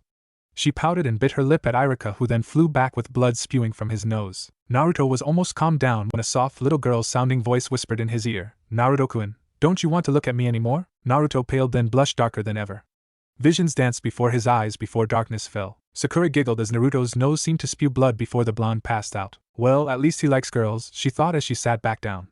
Sasuke never reacted like that to anyone. The instructor returned after roughly a half hour. He saw both teens looking much more alert than they had in class only an hour before. Naruto was frantically wiping up a stain while Sakura studiously ignored him. Teenagers. Even as ninja they're still teenagers, he thought, holding in a chuckle. He tossed the clothes back to Naruto and Sakura. Wash those tonight and wear them again tomorrow. Bring any other uniforms you have with you to this address after class tomorrow. He passed them each a business card. Sir? Sakura began to ask. No questions. It was an order, Haruno. Follow the order and ask no questions. The instructor raised an eyebrow as he spoke. Do you understand? Yes, sir, the teens replied as he sent them off. The instructor frowned as he watched them leave. Why would a pair of washed-out elites have low-end chakra-restricting seals sewn into their uniforms? He thought for a long time on it. Only prisoners have something like that. It was not enough of a restriction to stop them, just hinder them. Someone wants these kids to fail to make it back into elite. He would go stop at the clothing shop tonight to see his old classmate before going home. His friend had made ANBU before suffering a career-ending injury. It had been a long time since they went out for drinks together. The following day in class, Naruto and Sakura were almost hyperactive. Neither one cared about it because they were glad to not be falling asleep. The instructor knew that something seriously wrong was going on, so he decided that he needed to poke his nose into the file room before going to see his buddy with the kids. He looked through his own personal class notes, for elites that he remembered as failing the remedial class. He only had 2 or 3 in the years he had been an instructor in this program. Looking at it now with a recent knowledge of a pattern, he could see it quite easily. He went to the main file room for the training center to see where those students had ended up. The file room was rather large as a good number of elite program trainees came through this center. He looked for the one he had 2 years before but was puzzled when the file he was looking for was not there. That is strange, I know he graduated. I passed him after all. His name is not even on the graduation list in this file now. What could have dash? Danzo-sama, we have a problem. Naruto and Sakura waited at the clothing shop for over an hour before someone called them into the back. A man with a heavy limp gestured for the uniforms they both carried. He was gruff but not rude to them. So you two are Ito's students, huh? The ones he was bringing over for new uniforms? I'm not sure. We only called our instructor, sir, Sakura replied. I talked to him last night. Pinky and Whiskers were the pair he talked about. That's you too. Did he tell you anything else past to show up here? No, sir, Naruto replied. The shopkeeper grumbled. That means he stumbled into something he shouldn't have. Okay, you two listen up. There is a lot going on in Konoha, and somehow the pair of you are now in the middle of it, and deeply involved in something you're not ready for. He pointed at a label in one of the uniforms. See this? It is a chakra restriction seal. Every one of your uniforms has one in the pants and shirt. Where did you get these clothes? Naruto looked shocked but stuttered out, from the quartermaster, before shutting up. The boy wilted under the shopkeeper's glare at giving such shoddy information until Sakura answered, Our first instructor at the remedial classes sent us there for uniforms. We did not think anything of it because we had no other suitable clothing. The shopkeeper nodded. That makes sense. Someone was trying to set both of you up so you could not make it back into the elite program. Then you could just disappear when you are out of sight. NBU looked for that conduit for years and never stumbled onto it. Naruto looked worried. Sir, are we in trouble? You two specifically? No, not yet. You're definitely in danger but not in trouble. And knock it off with the dang sirs. If you need to call me something, call me Hiro. I am an old friend of your instructor. The door chimes sounded and Hiro motioned for them to be quiet as he went to the front. Naruto could barely hear some conversation happening, but he did not want to move closer to find out. Minutes passed before Hiro came back into the room leading a purple-haired woman. This is another old friend of mine, kids. She works here part-time. Her name is Yugago. Pinky, go with her for a few minutes. Since you are here, I'll get you set up with a few new outfits. The ones you have are really worn out and fit you like a tent. It was a good thing Ito suggested you come here instead of the quartermaster this time. Yugago offered to help Pinky because I hate helping Kunoichi find clothes. Sakura looked confused but followed Yugago out to the main part of the store after Yugago glared at Hiro. Hiro then turned to Naruto and spoke in low tones. When you next get a Hokage-sized ramen delivered, tell your friend that Blue Aardvark says hello and is waiting for the word with all of his friends. Now, this is not something Pinky needs to hear, understand? Naruto nodded slowly and was intimidated by the change in the man before him. Good, I have some idea of what is going on. Don't ask me how or why, just listen. Root is very interested in you. They are not your friends. They are planning something big in the next few months, and you have become a part of their plans. Yugago tells me my friend Ito is in the hospital right now and he may die. He found something out, and now those bastards are going to pay for hurting him. You have kept a lot of things quiet up until now, but in the next few weeks you will be forced to pick a side. Make sure it is the right one. Naruto could only nod slowly as his fear grew. The man in front of him grew less intense after a few seconds and smiled. So, what size pants you going to need? You look like about a 30 inseam. I'm a 29, Naruto said confused. Meh, go with the 30, you'll be hitting a growth spurt eventually, Hiro said. Oh geez, stop looking so scared. I am serious about what I said, but you need to remember. Real ninja work is not done by the elite. It was done by people like me. The elites are good, but we are the best. We? Yeah, Ito never mentions it to anyone. He didn't make the cut. But no matter what someone else may say in the next few months, elite is not the best there is. ANBU is. You are ANBU only when you have earned the right from your peers. Being ANBU means you are ANBU for life. Hiro smirked as Naruto nodded slowly and tried on the clothes the shopkeeper brought him. I wish I could tell you, boy. Only one other Uzumaki ever lived in this village. She was one of the best of us. I owe her more than I can ever repay. Sakura went with Yugago out to the main shop floor. She just looked nervous as the older Kunoichi held up various pants and shirts against her. Relax, Sakura, he'll be fine with Hiro. You're doing a good job watching him for the Hokage. Sakura stopped and looked at Yugago. What do you mean? Yugago smirked. Meow. Sakura was puzzled for a moment before she got it. Oh, yeah, oh. I saw that stunt your instructor pulled yesterday with the uniforms. I was tempted to kill him for it, but someone else almost beat me to it. Yugago looked unconcerned as she held up a different dark-colored shirt against Sakura. This one should fit you better than those standard rags of yours. Go try it on. Sakura was almost freaking out. She managed to keep her voice low. How can you talk about killing someone and be so calm about it? Yugago looked. We're ninja. That's what we do. Here, these pants should fit you okay. Being all showy and having flashy jutsu is for the elites.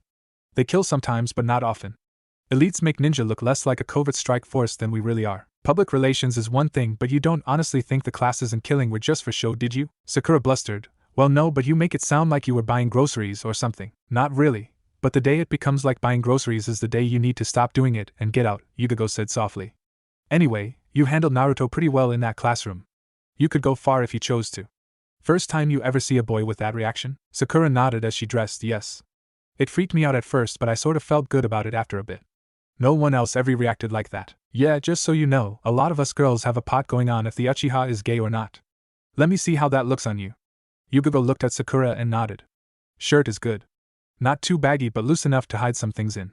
Pants just tight enough to show some shape but not skin tight. A few more years and you could be mistaken for a professional like us. Sakura looked confused at Yugago. You make it sound like I'm one of you. I'm not even an official genin yet. True, you're not a genin officially, but as far as potentially being one of us, you could be someday if you get the right experience. But for that, you need to choose. Something is going to happen soon. Your teacher set off more than he realized by finding those files. They know we are onto them. People are going to have to decide where they stand, with the Hokage and how Konoha is, or with Root and the war machine Danzo wants to make of it. I need you to wait out here while I talk to Naruto, Yugago finished. Sarutobi looked at the ninja laying in the ICU. Multiple stab wounds littered his back and chest. I need to know what happened for certain. Kat tells me he found something in the files, but she couldn't tell exactly what. The entire drawer was covered in blood. Something about the most recent washbacks. He sighed as he looked over to a second ninja in a similar state. This one I did not even suspect of being Root. This means they have infiltrated the training system as well. Danzo could have hundreds of ninja in Root by now and the rest of us none the wiser. It all comes down to the contents of that file. Get back here quickly, Kat. I need that information. How could I have overlooked having Naruto tell me who contacted him? Danzo-sama, we have a problem, the operative said. What is it? The crippled man replied in his rough voice. Our man in the elite remedial training program is in the hospital. We do not know why because ANBU have sealed off the area. All we know is that it was in the records room and 2 people were taken to the hospital with life-threatening wounds. A large amount of spilled blood was observed. Get people as close to it as possible. I need to know what happened, Danzo said in a low voice. Yugago walked into the back of the shop. Wow, Hiro, you have him looking like a chunin without the vest. Naruto, the Hokage needs to know why your current teacher would be in the records room of the training center. Is he the man who contacted you about doing that job for Root? Naruto looked over confused. What are you talking about? What job? Yugago was getting frustrated. First she had to help out a kunoichi find decent clothes, and now the kid with information she needed to get for the Hokage was playing games. She grabbed Naruto by the shirt and pushed him hard back into the wall. One hand slid down into her fanny pack and pulled out her cat mask and held it over her face for a moment before continuing. The Hokage sent me to get some information from Yu Uzumaki. He visits you once a week with a shadow clone to find out if anyone has contacted you. If something happens, you are to go to Ichiraku's ramen and order a Hokage-sized ramen to go, and he would get to you as quickly as possible. I do not have time for word games with you, boy. Answer my questions. Who contacted you to do the job for Root? My teacher did. Hiro broke in. Ito could not have been your contact. No, it was the first guy who contacted me. I never knew his name. He never told us, Naruto said in a shaky voice. Ito talked to me some last night. He mentioned a few of his suspicions about what he knew and a theory. We were talking for 3 hours last night, Yugago. It would take me some time to relay all of it, Hiro told the upset woman. Take Naruto to the Hokage and let him start with what he knows while I get over to the tower. With this bum leg it will take me nearly an hour to get there. If Root sees me getting carried there, they will know something is up. Right, take the very kid that the Hokage threatened to send to the legions in public to see him in the open. Are you freaking insane? Yugago yelled. Hiro smirked. I have been called worse. But you just said he almost looks like a chunin. Now suppose we toss a vest on him, and with his headgear, and a little face paint over the whiskers, instant chunin. That is completely dumb, Hiro. Yugago sighed. But it just might work right now. Naruto grinned. So all I have to do is tell him everything I know, right? About the teacher and the seals and all that? Oh, what were those seals called again? They heard a voice behind them. Chakra restriction seals. Hiro and Yugago spun with drawn weapons and saw Sakura standing in the doorway. I heard the yelling and then half the stuff on the wall out there fell down. I'm surprised the shop next door is not coming over to see what is going on, Sakura explained. You kids are really beginning to piss me off. I need to get this information to the Hokage as soon as possible. The Hokage said that you think me and Naruto make a good team. Together we might have the information you need. I was there when we got the uniforms. They were doing this to me too. After yesterday, I am in this whether I like it or not, Sakura pleaded. Grrr, I don't have time to argue this. Fine, you're coming too. Cover that hair and let's go. Hiro pulled out a pair of chunin vests and tossed them to Naruto and Sakura, saying, I want those back when you get back here. Take the old uniforms too. The Hokage will want to see the seals. I'll get to the tower with what Ito told me. Yugago put on her mask while Naruto and Sakura fumbled with putting on the vests and headgear. They picked up the old uniforms and nodded. Let's go, said Kat. The trio managed to get to the Hokage without an incident. Sarutobi did a double take seeing Sakura and Naruto in their disguises but quickly took over an empty hospital room to discuss things. Naruto quickly told of the teacher who approached him and the seals in the uniforms. Sakura followed up with more information and the name of the person who provided the uniforms.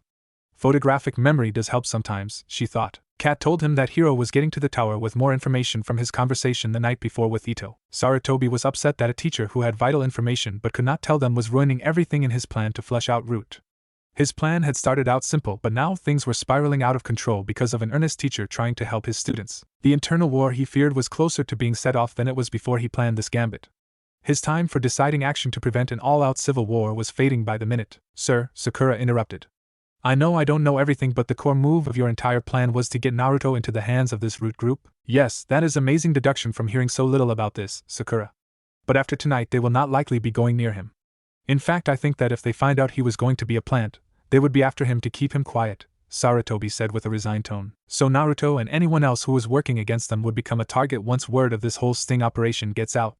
Sakura asked in a timid voice. Yes, I need to find a way to hush this up before the truth of this attack gets out, but I need a plausible story. Something that can make the original plan still work. Sarutobi rubbed his chin trying to think. What would it take for them to take him? Cat asked. After this mess?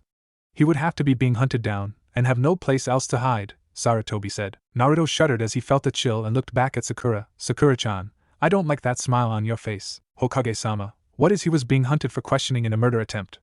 Sakura asked. Sarutobi, Cat and Naruto were speechless. Well, Hokage-sama, you did threaten us in public with being sent to the legions if we failed. What if Ito, our teacher, was telling us we were being failed? He did punish us often in this past week and in front of the class. The people in it know he kept us after class yesterday. Sakura-chan, what do you mean by we? Naruto asked. Think about it, Naruto. The seals in my clothes mean Root was after me as well. Also, what about taking out the teachers? Do you think one genin could take out 2 teachers even by surprise? With both of us we could manage it. We ambushed one in the file room, the other one heard the noise and we ambushed him as well to get away. We tried to make it look like they fought each other. We learned how to do that in class, remember? We changed clothes and left the bloody ones somewhere, but they get found and we need a place to hide. We can figure it out from there. Hokage-sama can put out an alert for out-capture for questioning in the matter, and tell the ANBU he trusts to avoid finding us until Root does. Cat spoke up. That is an insane plan. It would never work. Actually, it might, Sarutobi said quietly. But it would mean a major sacrifice for both of you. I will not allow it. Naruto spoke up. Old man, Hokage-sama, do you think that Danzo would let me get away, knowing that he was almost found out and exposed? Not just me, but Sakura-chan as well. We would spend the rest of our lives looking over our shoulders to make sure we aren't stabbed in the back. We have to risk this now. Get rid of them now while we have a chance, or spend the rest of our lives in fear. Sarutobi cursed himself for dragging this pair of children into this plan. Now, they were shaming him by behaving like true warriors and ninja when he wanted to put them safely aside and protect them. Cat, could we get blood from both men onto uniforms that Naruto and Sakura had with them just now? Maybe plant them somewhere in the civilian sectors of the village?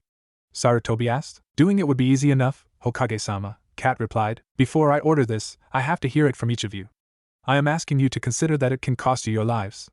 You can choose not to do this, and I will not think any less of either of you, Sarutobi said as he looked at each teen in turn. I will do it, Hokage-sama, replied Naruto without hesitation. I will do it as well, Hokage-sama, answered Sakura immediately after. All right, I will get this set up. I hope you can both forgive an old man for using you both like this one day.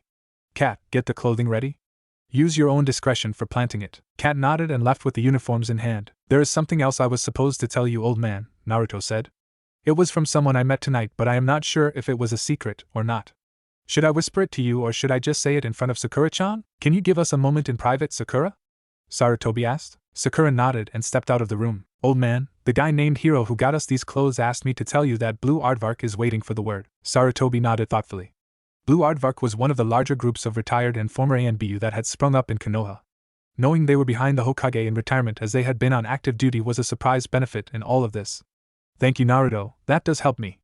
More than you know. The pair called Sakura back in and they waited until Cat returned from her mission. The clothes are planted, Hokage-sama. They should be found in the morning. I left them in the merchant's district a block away from Hiro's shop. That will also allow Naruto and Sakura to explain away new clothes when Root finds them. Cat looked at the pair. Give me those Chunin vests before you leave. I hope to see you both safe and sound at the end of this. After the pair had left, Cat turned to the Hokage. Hokage-sama, that question you asked them? It sounded very much like the 10th question asked in the Chunin exam's written test. Sarutobi nodded. I know, Cat. It was meant to. Both of them are mentally ready to be Chunin. Now, we need to meet your friend Hiro at the tower. I will have torture and interrogation take charge of the men in ICU if either wakes.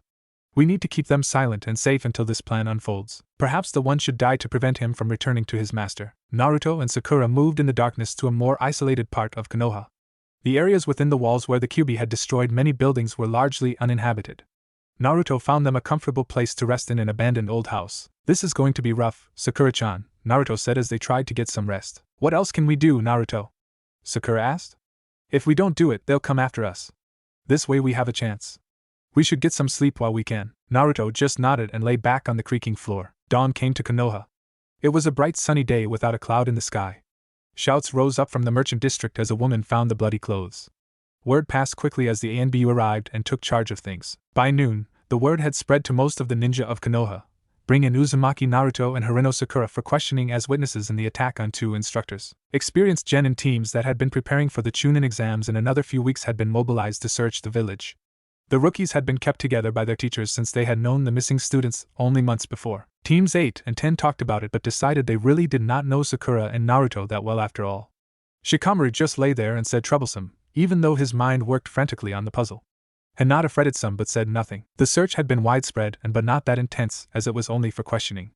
The people looking felt that if it was truly serious, then ANB would have been dispatched to find the pair. The day passed and no clue had been found on the missing students. Sakura's mother was worried while many civilians were commenting that it was only the Uzumaki boy finally showing his true colors. Retired ninjas kept quiet while a slow message was passed among a small group of them. Deep under Konoha, Danzo growled out an order, find them and bring them to us. If they are caught, Uzumaki will be locked up in a prison so tight that I will never get him. Haruno is not as important but she could be useful. Sakura and Naruto spent the day planning out their story. They decided to lace it liberally with the truth, and only a few lies to link the facts and distort them. The teacher kept them after class like everyone knew. The next day he told them they were going to fail. He told them to return in secret that night if they wanted to pass. When they returned, he told them that he would pass them if Sakura earned their grade. Since she decided that she would never allow that to happen, he went to the record rooms to write the failure in their records. Sakura told Naruto that since he was in the same situation, if they didn't stop him, they would be gone. Naruto went along with the plan and they attacked the teacher. Their first teacher heard the noise and came in, so they were forced to attack him and hoped that it looked like the pair got into a fight. Once out of the training area, they headed for the marketplace under cover of night and stole the clothing from the shop after the man limped out for the night. Then they hid. Naruto nodded and made sure that he understood it. Sakura-chan, why were you in the elite program? Naruto asked after they had sat quietly for a time. Well, my dad was an ordinary ninja. He was never that good at it. I mean, he made Chunin, but he was just a military ninja. His squad leader saw that his control was great, he just had so little chakra that he could barely get through training. He did something for his commander once, he saved him I think, and he died for it. It took him a long time to die too. Sakura choked up at this part, but Naruto waited in silence until she could continue. Well, when I was old enough, he came to see me. He decided that since I was smart enough and had more chakra than my dad, that he would sponsor me to get into the academy if I wanted. He said he had made a promise to my dad, so I took it, and fell in love with Sasuke. Sakura stuck her tongue out at Naruto for that one. Well, he was cute and looked like he would make a good guy to have as a boyfriend. Now, I'm not so sure. He was always cold to me. He had great skills, but he was so full of himself. I didn't see those things about him from being so close to him. He put down my training and called you a loser. It is almost funny now. With all the intense training we've had, I'm at least on the level he was before he left the academy. You're way above that. Now, my turn for personal questions. I know you're alone and an orphan, so how did you get in? And why didn't all those pranks get you thrown out? She asked. The old man, Hokage-sama, sponsored me. I think he got a lot of flack over it too. The first day I was there, several teachers all tried to throw me out, but he paid them a visit. Looking back, I realized that he was making them accept me. I never really knew why anyone wouldn't want me around. No one paid any attention to me after that. I had to draw attention to myself, so I started doing pranks. Naruto stopped there when he heard his stomach growl. He looked down and tapped his pockets. I think we forgot to plan on getting something to eat. We might have to get out of here anyhow. I don't think we would get found like this by Root if we stay here. I might try sneaking back to my place later on. The old man said they watched it. Sakura looked confused. Where do you live anyway? Naruto grinned. Actually, it's not that far away from here. That's how I knew this place would be deserted. Going back to my place to hide would have been stupid. Well, you're not going without me. I am going stir crazy just waiting, Sakura grumbled. The pair waited until just after dark before they ventured out. Naruto led Sakura on a winding course to his apartment. She was surprised that his was in such an old run-down building. A genin squad lounged around the building entrance. Naruto silently pointed at police security seals on the windows before gesturing they would go to the roof. He avoided the team and climbed up the fire escape to the roof. He slid open a panel she didn't even notice and dropped down into the bedroom. Sakura dropped down after peeking in. Naruto was busy stuffing various articles of clothing under the bed. She really did not want to know what, but was glad he had enough courtesy to try. Afterward, he pulled out a box of scrolls and stuffed a few into his shirt. He handed some to Sakura and whispered, "These are important. we take these too. Wait here while I grab some things from the kitchen and living room. Naruto snuck out, and to her surprise he walked right down the middle of the hall. She was about to say something about stealth when she realized that this was his house. He would know where every potentially squeaky floorboard was. He returned in minutes holding a bag of food and some bottles. He had strapped several weapons pouches to his body. This should be all we need for a few days. I figure that by tomorrow, since we had not been found, the old man will send ANBU after us. I think that was normal procedure. The root man might not have seen us coming in, but I spotted him from the kitchen. We'll go west off the roof and end up going right past him. Sakura raised an eyebrow at this. How did you know they were watching you? Naruto grinned, the old foxy grin she had not seen in months.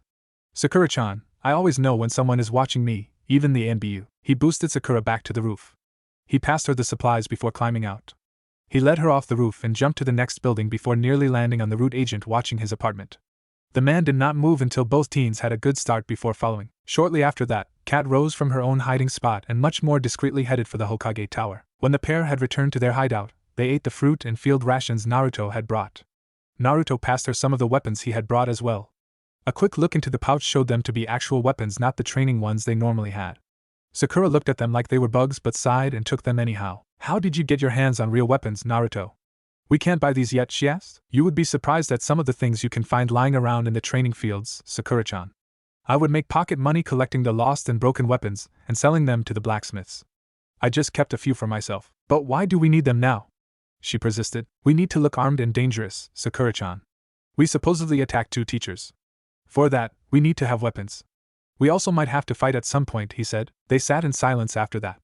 Sakura drifted to sleep while Naruto was just watching the moonlight cross the floor when a noise drew his attention. A voice drifted in the silence. Uzumaki Naruto, Haruno Sakura, come with me if you wish to get out of this situation. Naruto shook Sakura awake before he whispered, how do we get out of this? We won't go to the legions. You have nowhere else to turn, Uzumaki.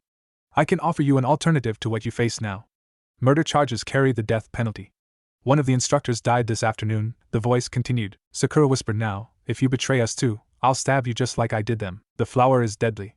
Good. We can use that. Now, come down and join me.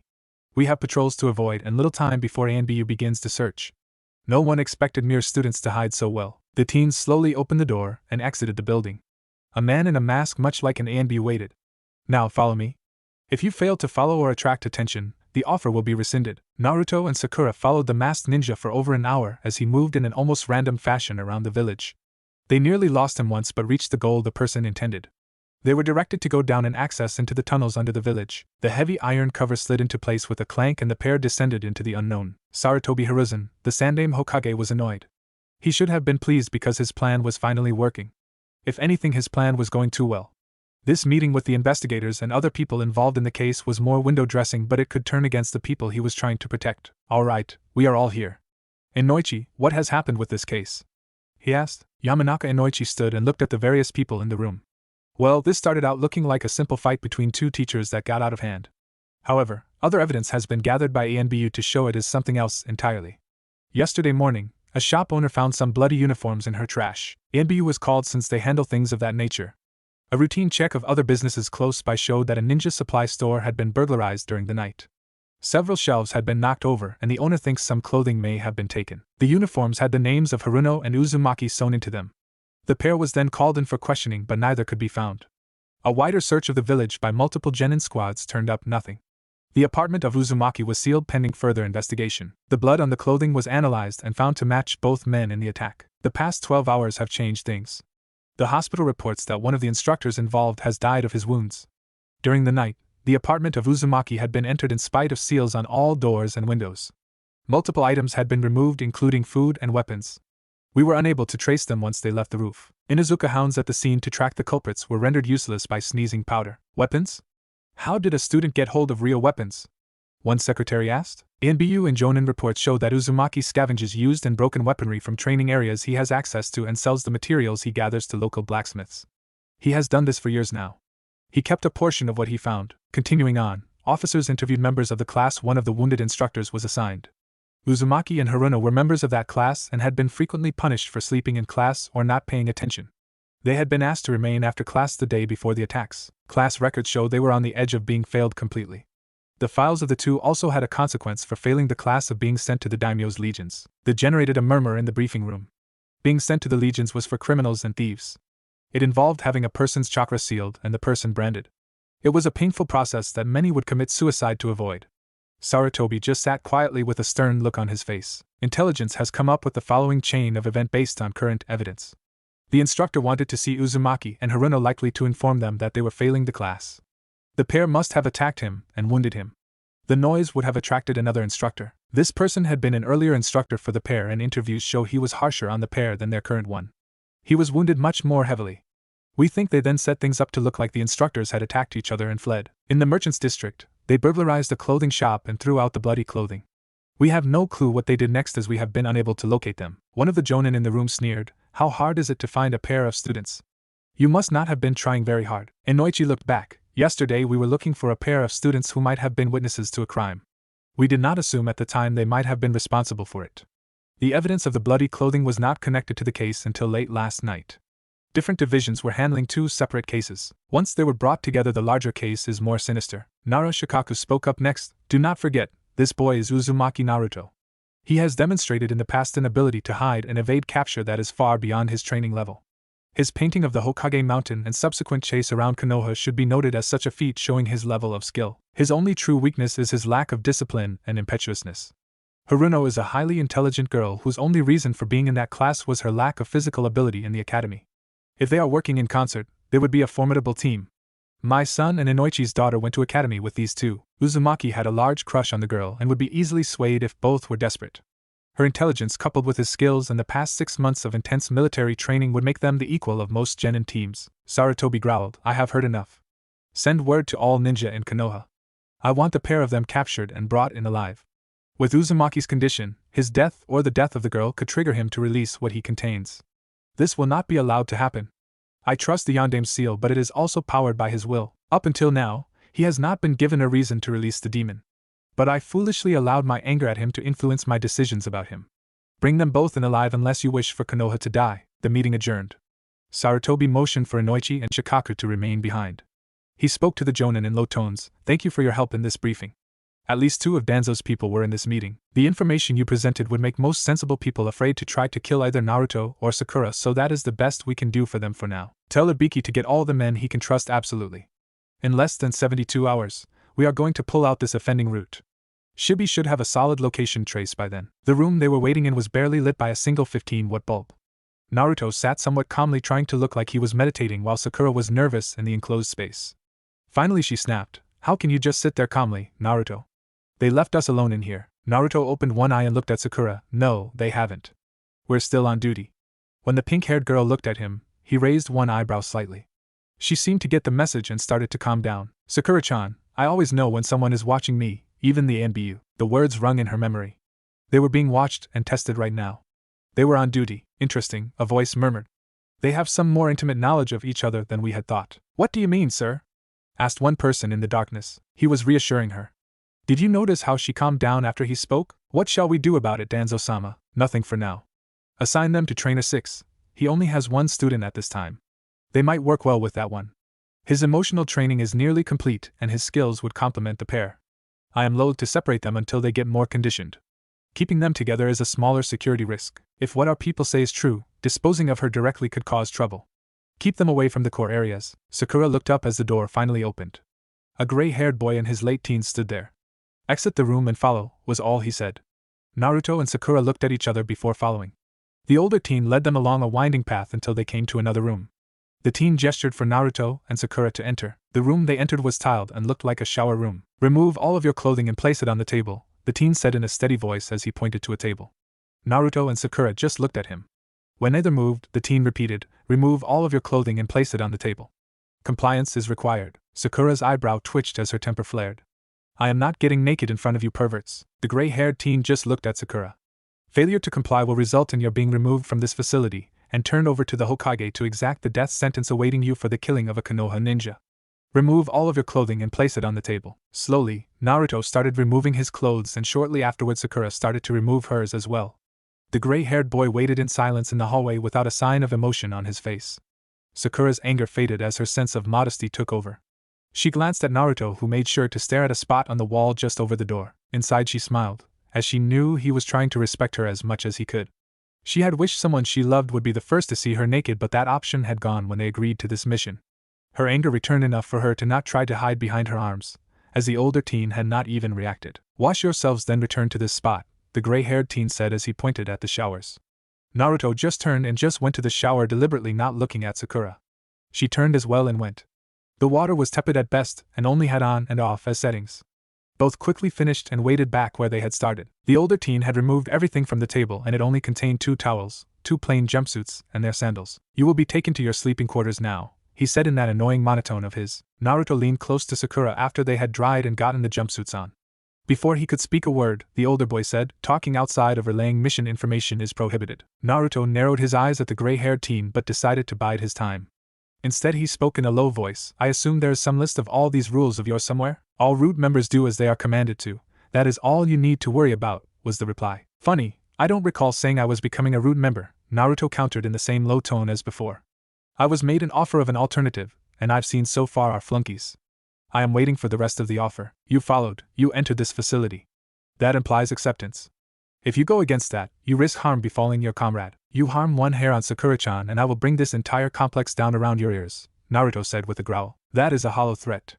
If you do so, you will kill Haruno as well." Sakura watched this interplay, soaking up information. This gray-haired person was under complete control of himself. He did not even look like his heart had sped up once. "Naruto," Sakura said in an equally low tone. "We need the place to hide for now." Naruto took a deep breath and relaxed his posture. The monitor screen flickered in the darkness. "It seems Haruno does have some effect on Uzumaki as well. Did you notice his whole posture had become more feral until Haruno spoke to him?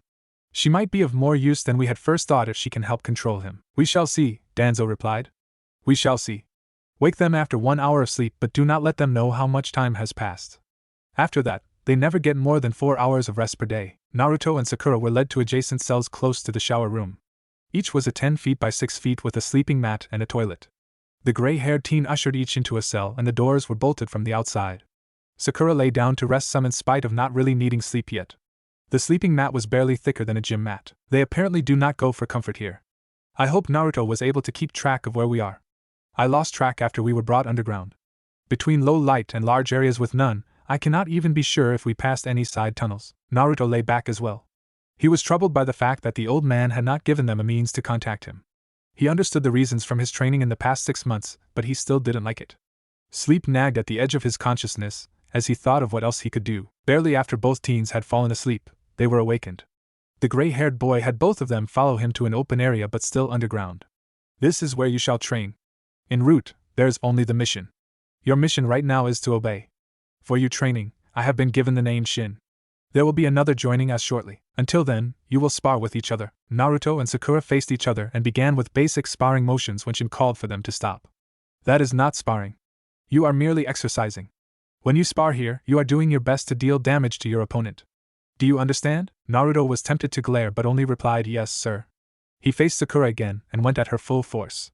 He quickly broke through her defenses and sent her to the floor, gasping for air from a punch to her abdomen. Shin spoke in the same dull tone as before. "Only by fighting at your hardest will a person learn to defend properly. If they cannot defend themselves, they will be dead weight on a mission and cause it to fail. By getting rid of the dead weight, we make Konoha stronger." Again, Naruto looked as Sakura got into the ready position again. He took a deep breath and waited. "Why are you hesitating?" "Attack," Shin commanded. Naruto spoke up. It was Sakura's turn to attack. "I need to defend as well. There is no waiting in training. If you are not on mission or training, you are wasting time. En route, we do not waste our time on such things. Attack." Naruto attacked once more. He broke Sakura's defenses once more and threw her to the ground. He hesitated once more. "Attack," Shin commanded. "She is not defeated. Only knocked down." Naruto growled and was about to turn on Shin when Sakura swept his legs out from under him.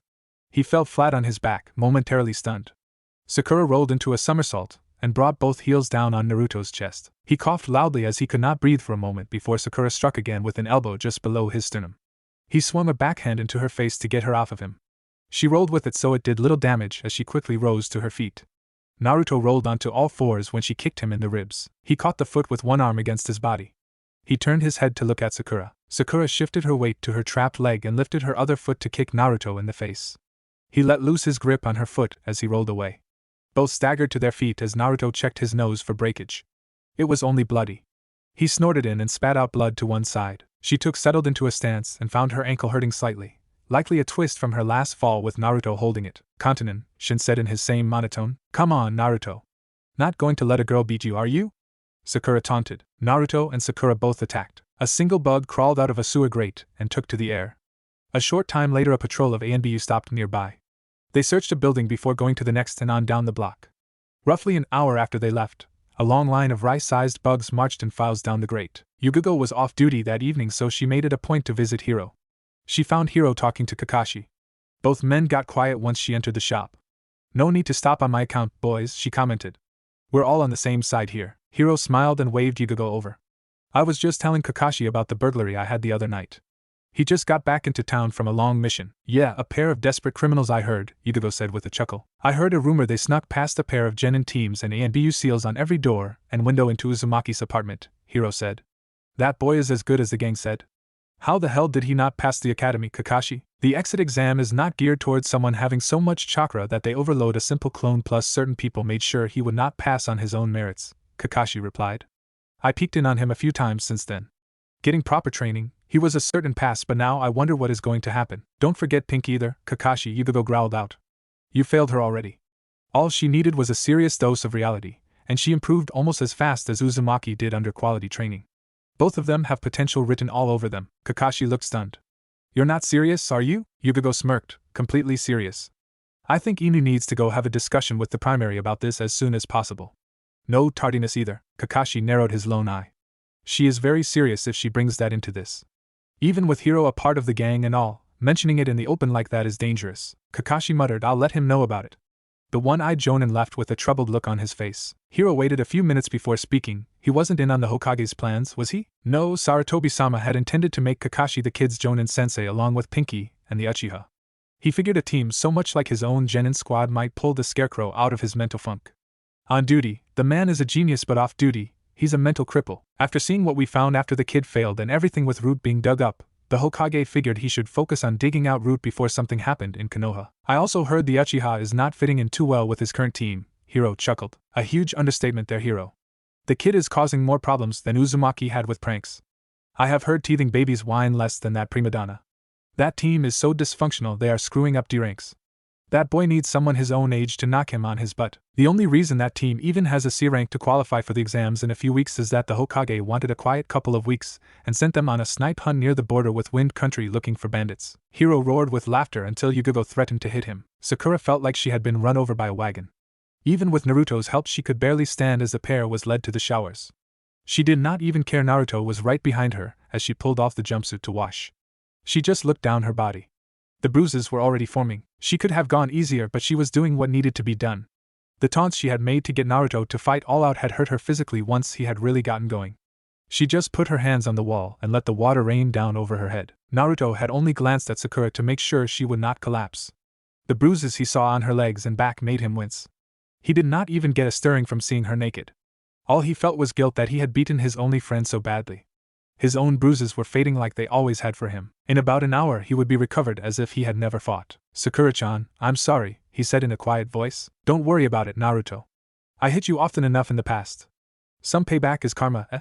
She said just as quietly. Besides, we're still on duty. No time for friends on duty, remember? Naruto looked at the tile in front of him. I don't think they're going to let us be off duty anymore, Sakura-chan, he said. Sakura didn't reply.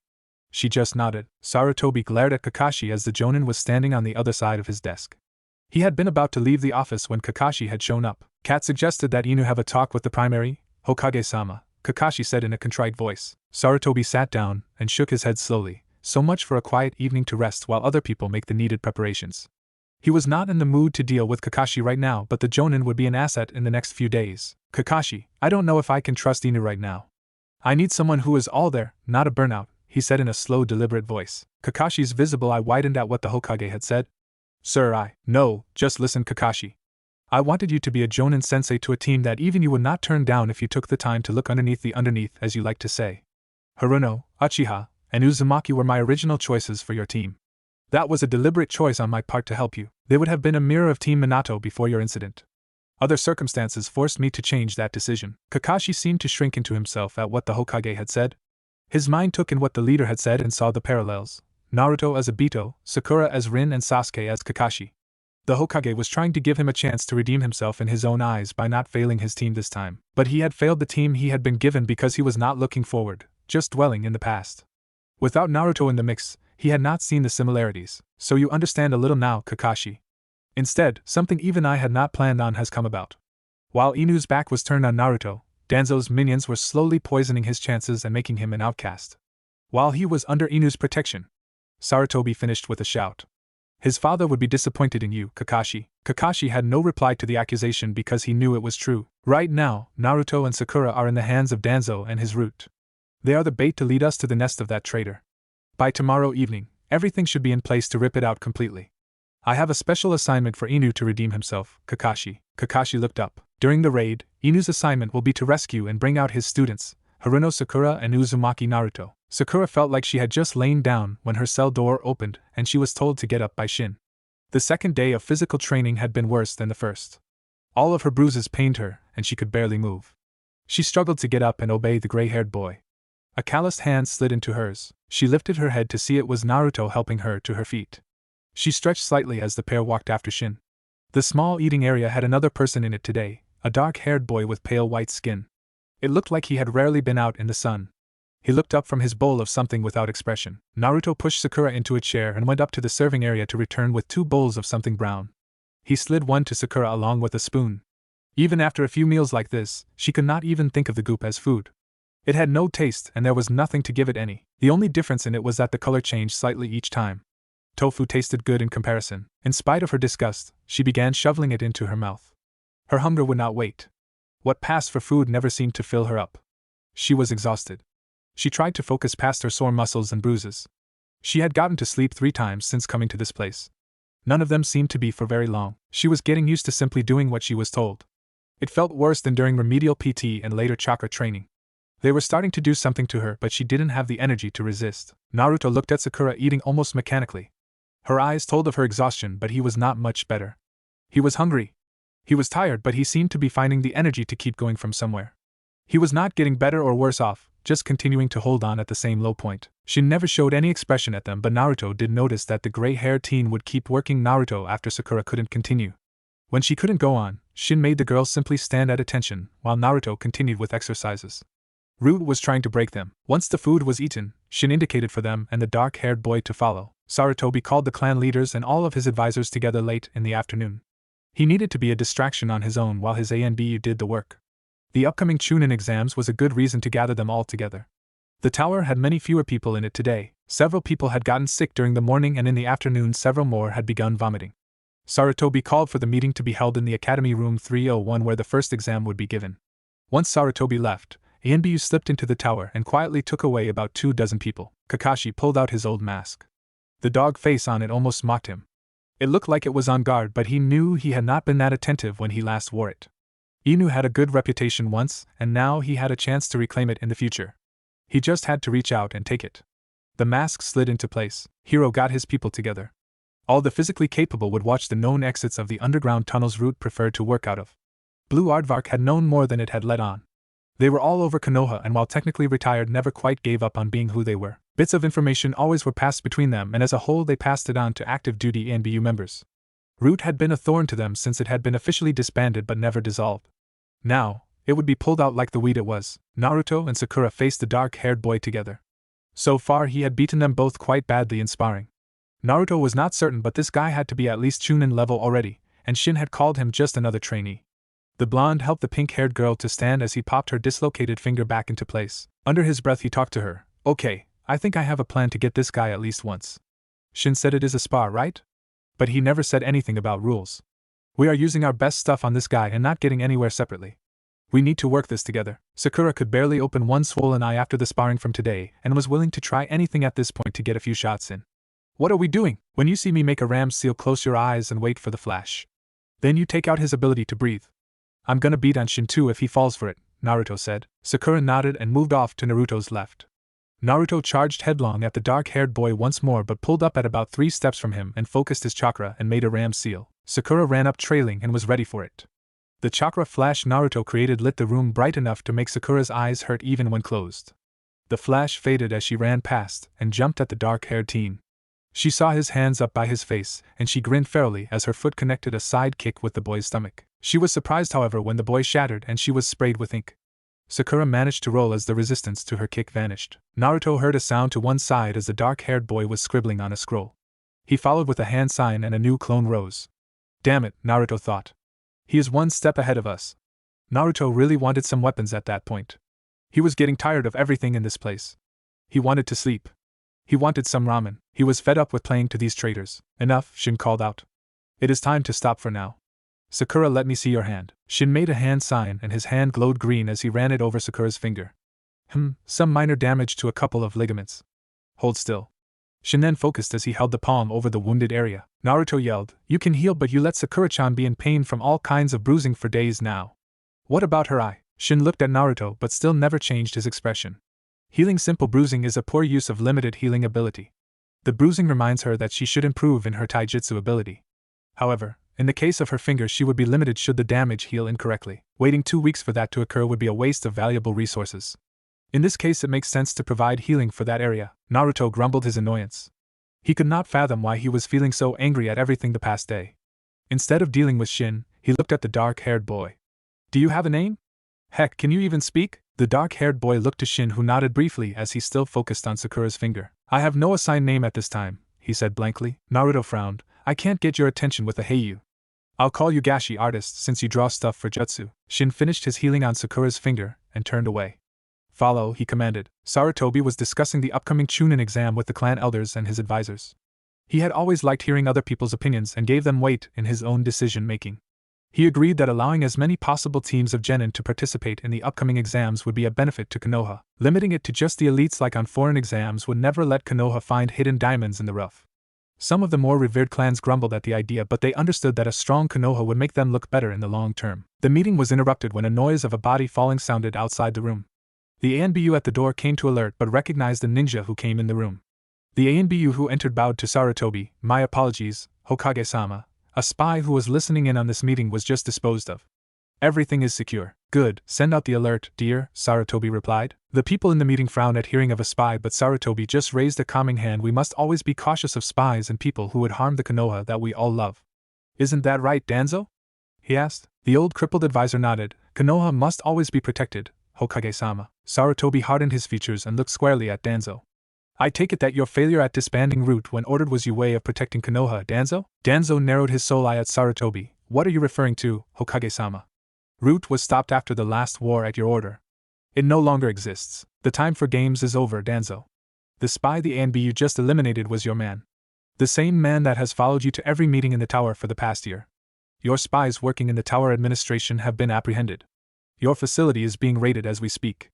If you truly love Konoha, surrender and take your punishment. Danzo stood and glared at Sarutobi. What kind of lies have been filtering into your senile old mind, Sarutobi? He countered. No lies, Danzo. Just that time has come to put an end to your plans to turn Konoha into an aggressive power. To make sure that our children and grandchildren can have a chance to live in peace, Sarutobi said. Danzo sneered. Peace, Faye? The only way to live in peace is to be the strongest power in the world. You are letting Konoha grow weak with your soft ways, letting ninja retire instead of using them as the weapons they are.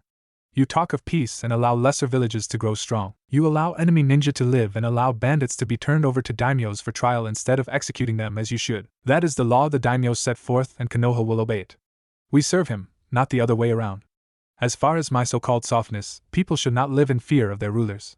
Ninja who follow through loyalty will always be better than those that follow through fear. You never understood that love of family and friends makes a Konoha ninja strong and willing to do the hard things, to make the hard choices. Every Hokage has known this and done so. And now I have to as well. Danzo scoffed. What do you mean by a hard show? Danzo's question was cut off as his good arm was removed from his body by an ANBU Tanto. A hidden kunai clattered to the floor from Danzo's kimono. The assembled people were splattered with blood before the ANBU covered the wound. The choice of whether or not to let you live, Danzo, Sarutobi said quietly. The hawk flying over Konoha made the signal it was trained to make. In various areas of Konoha, teams sprung into action. Single jonin entered shops in various parts of the village. They requested that the owner of the business come with them. The Hokage had questions for them regarding their business practices. A team of chunin led by a jonin entered the quartermaster. They took a certain man into custody. Once they had left, another man tried sneaking out the back door only to be apprehended by ANBU as an accomplice. The hidden entrances to the root warren were flung open by ANBU, who rushed into the lair. Traps set off by the forced opening of the portals killed or wounded more than a dozen ANBU and set off an alarm inside. Those dead ANBU melted into mud or water or simply dissipated into chakra smoke. The second wave entered into the lair. An Aburame clan member accompanied each team and pointed the way past false passages and dead ends. The alert was silenced after seconds, but it served its purpose. Some additional masked ninja appeared in the passage to stop the invaders, but a brief fight ensued. The ANBU were limited to hand-to-hand encounters with kunai due to the narrow passages, but this did not stop the root ninja. One rushed ahead to combat and block one team while his comrade spat out a fire jutsu in his wake. The root ninja died along with the ANBU team. The jutsu user fled from the flaming bodies to wait and ambush another group. In another passage, the shouts of the dying team echoed. The Aburame in this squad paused and pointed to a spot in a shadowed alcove.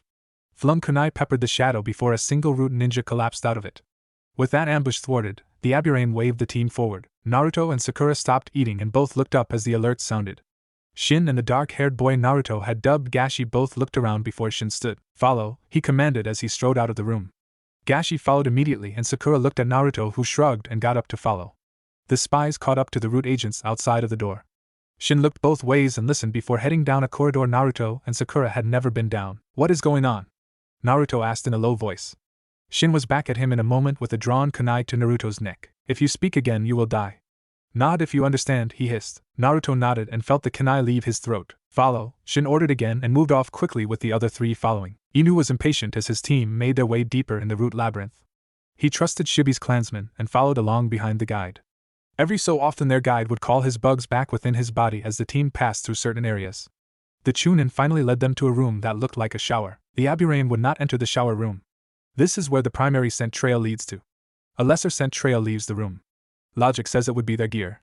The scent does not leave the room otherwise. Kakashi silently moved into the room and lightly opened one tap. The barely noticeable scent of something was mixed with the water. He nodded. It was a means of avoiding the Aburame destruction bugs. He shut off the water and nicked his thumb on a kunai. 5 hand signs later, a number of ninja hounds sat in the room. "Yo," said a pug. "This place stinks." "I know, Pakin. I need your noses. We need to find a pair of kids down here. They are doused in whatever scent this room is putting on them."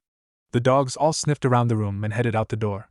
They growled and yipped at each other as they cast about for the most current scent.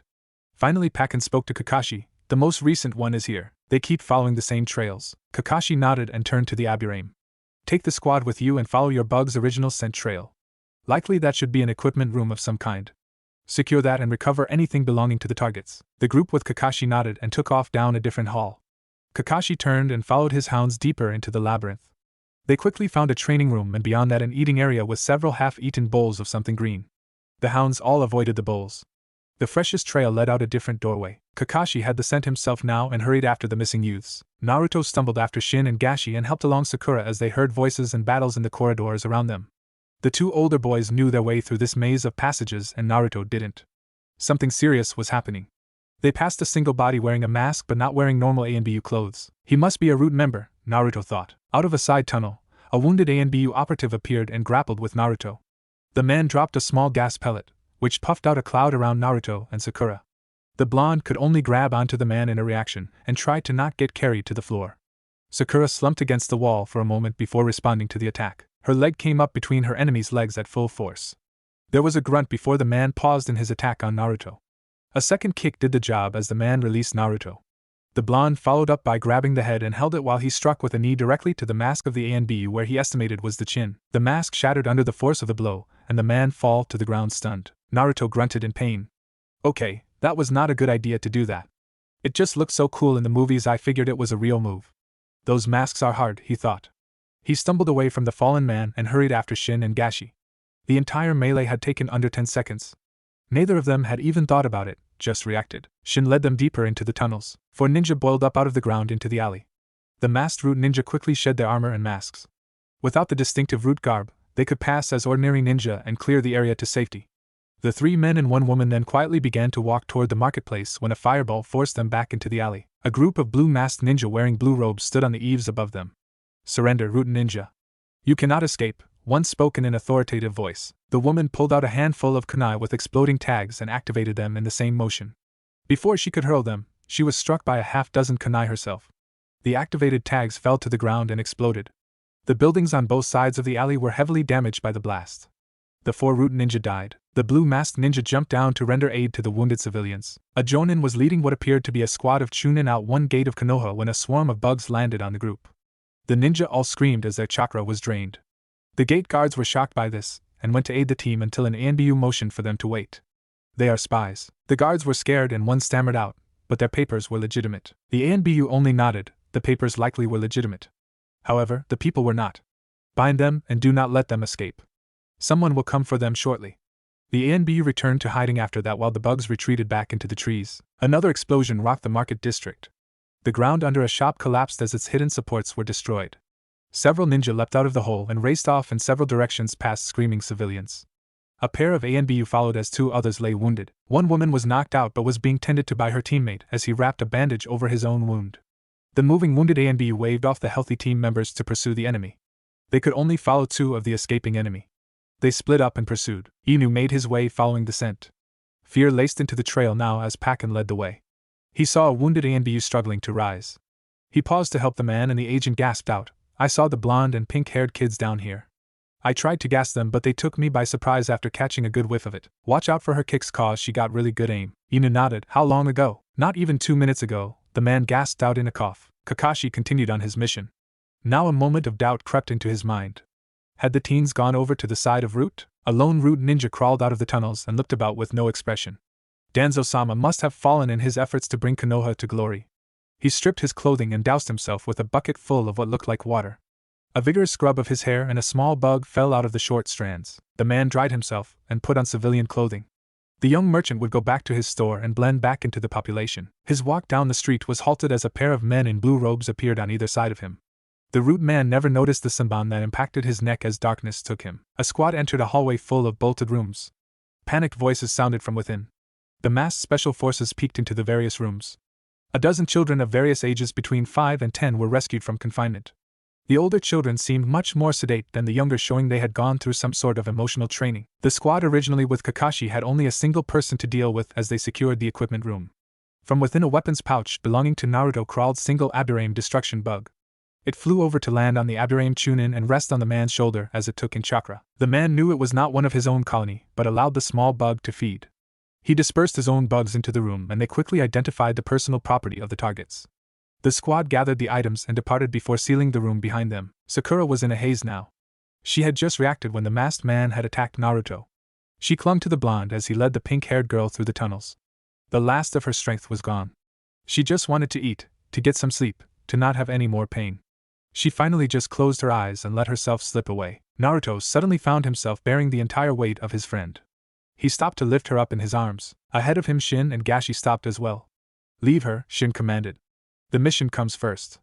Our mission is to escape." Naruto narrowed his eyes at the gray-haired teen before him. "Not without Sakura-chan." Shin stepped closer. "You will be caught by the ANBU if you slow down. They will execute you for killing a Konoha ninja," he said in the same monotone. Naruto backed up step for step as Shin moved forward. He was tired and he could barely hold up Sakura. He had no weapons and no idea where under Konoha he was. The anger he felt kept gnawing at the back of his mind. He just decided to finally tell his taskmaster off. Shin felt the edge of worry appear in his mind for the first time he could recall. Naruto's eyes subtly changed as the blonde stood straighter. The color changed from blue to red as he spoke in a voice laced with hatred. "I will not leave my friend behind. If I have to face death to protect her, then I'll face death. Damn your mission and damn you. I am a ninja of Konohakagyo no Sato, and we do not leave our comrades behind like trash." A voice behind him spoke out. "Well said, Naruto. Please step aside so I may deal with these Root traitors." Naruto lost his focus as soon as he heard the voice. His eyes returned to their normal blue color as he turned his head to look. Shin darted forward at Naruto with a kunai poised to strike. Naruto swung around to put his back between the blade and Sakura, but a pug attacked Shin from a shadow. Naruto fell to the ground as Kakashi slid past him. The battle was as brief as it was violent. Shin could not defend himself with Pakken hanging on his arm. Kakashi stabbed the gray-haired boy in each shoulder, then kicked the teen's feet out from under him. Shin fell and took a blow to the temple before he could even hit the ground. Kakashi faced Gashi next. The dark-haired boy had only stood while Kakashi and Shin fought. "Surrender, and you will be allowed to live," Kakashi said. Gashi looked at Kakashi then at Shin as if needing orders.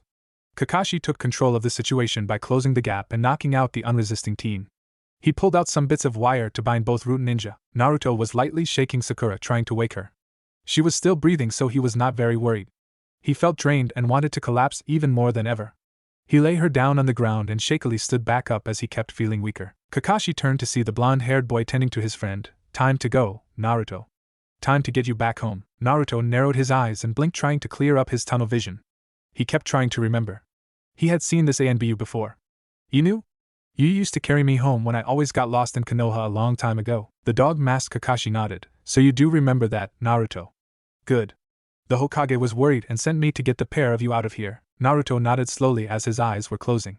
So where are we going now, Inu? Kakashi caught the blonde as he collapsed, and he laid the boy next to Sakura. Back into the light, Naruto.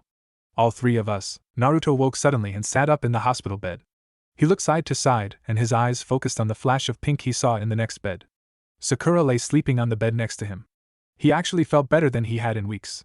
His stomach felt a bit off, but other than that he was good. He wasn't even angry anymore. The wires taped to his head and chest were the first things he removed as he glanced about the room. The door opening quietly put him on alert. A nurse came in with a smile on her face. He could see a guard outside the room before it closed.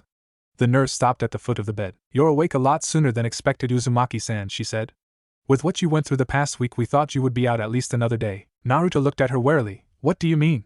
Where am I? In the hospital, of course, she said with a smile. You and Haruno-san were in bad shape when the ANBU brought you in. If you would excuse me, I need to send word to Hokage-sama that you have awakened. Naruto was confused. Yeah, sure. Once the nurse had left, Naruto lay back to think. The past few days were a blur in his memory. They had an almost dreamlike quality to them. He recalled Shin, Gashi, the tunnels, and finally Inu. His guilt over hurting Sakura during the sparring returned. He just sat in silence as the time passed. He seemed bursting with energy, and it took all of the self-discipline he had learned the past 6 months to not get up and run around. The door opened once more to admit an old man, the Hokage. The smile on his face after so long was like a warm sun after a cold winter's day for the boy. Hey, old man, he said softly. The Hokage stopped at the foot of his bed, still smiling. I am glad you're recovering so fast, Naruto. It seems Sakura is getting along better as well. You both had us worried when you arrived. Both of you were suffering from chakra exhaustion. Naruto looked at him confused. Sir, old man, how long have we been here? 2 days already? The destruction of Root went well. We got their base and most of their key people and ninja. Without you being taken to their headquarters, we would never have found it in that maze they built down there. I have teams still down there mapping it out for missing areas before we fill it in. I think we can call your mission completed. Most? Naruto wondered. Sarutobi smiled. I had Aburame Shibi plant a few of his clan's destruction bugs on each of you. Once you reached the base, some left you and returned down the back trail and found ways out that avoided the defenses Root had installed against them. Then more went into the base and marked every person in there. This allowed us to capture some that had been there but left. I assume some members of Root have escaped by the simple fact that they had not gone to the base during the time the bugs were settling on everyone. Bugs? Said a confused Sakura in a soft voice. Sakura-chan. You're awake, cried out an excited Naruto. Yeah, she grumped. Turn down the volume. Sakura was obviously not a morning person. Naruto ducked his head slightly. Sorry, the Hokage chuckled. As I was saying, the Aburame bugs got carried into the base by the pair of you and sent back several as guides to the main colony. They infiltrated the Root Warren and attached to every person in there. We were able to identify several who had left by the time our raid occurred. Naruto grinned. So we did good, old man? Sakura threw a pillow at his head. Show the Hokage some respect, Naruto, she said. The teens made faces at one another for a minute before a laughing Sarutobi broke in. All right, settle down. There are a few downsides that need to be dealt with now. Sakura and Naruto both stopped and looked at their leader. First of all, the doctor in charge of you both had needed to pump your stomachs and, for lack of a better non-medical term, clean out your insides to get rid of whatever Root had been feeding you both. It was laced with a chakra inhibitor and some drugs that we have not fully analyzed yet. You both need to spend a few more days in the hospital to make sure they are out of your systems. Sarutobi looked at Sakura. You young lady have a few more days of healing before all of your bruising is gone. I hope you can explain why you are so beaten up. Sakura looked nervous and Naruto hung his head in shame. It was me, sir, he said in a low voice. They were making us spar full contact as training. If we held back, they would threaten us with death. My bruises just healed faster than Sakura-chan's did. Sarutobi nodded and frowned. I am not pleased that you both had to go through that, but I can understand the need for you doing what needed to be done. Naruto smiled some at that. Just watch out for those kicks of hers if you ever spar with her, old man. She is mean with them. Sarutobi nodded as Sakura blushed this time. Well, now the real issue to be dealt with.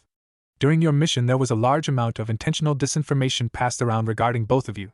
The rumor that you both attacked the pair of instructors was widely spread and many do not believe that it was falsified. Naruto, many added that to the undeserved reputation of yours. Naruto nodded solemnly. Either way, both of you are going to have some trouble with certain sectors of the civilian population for some time after this.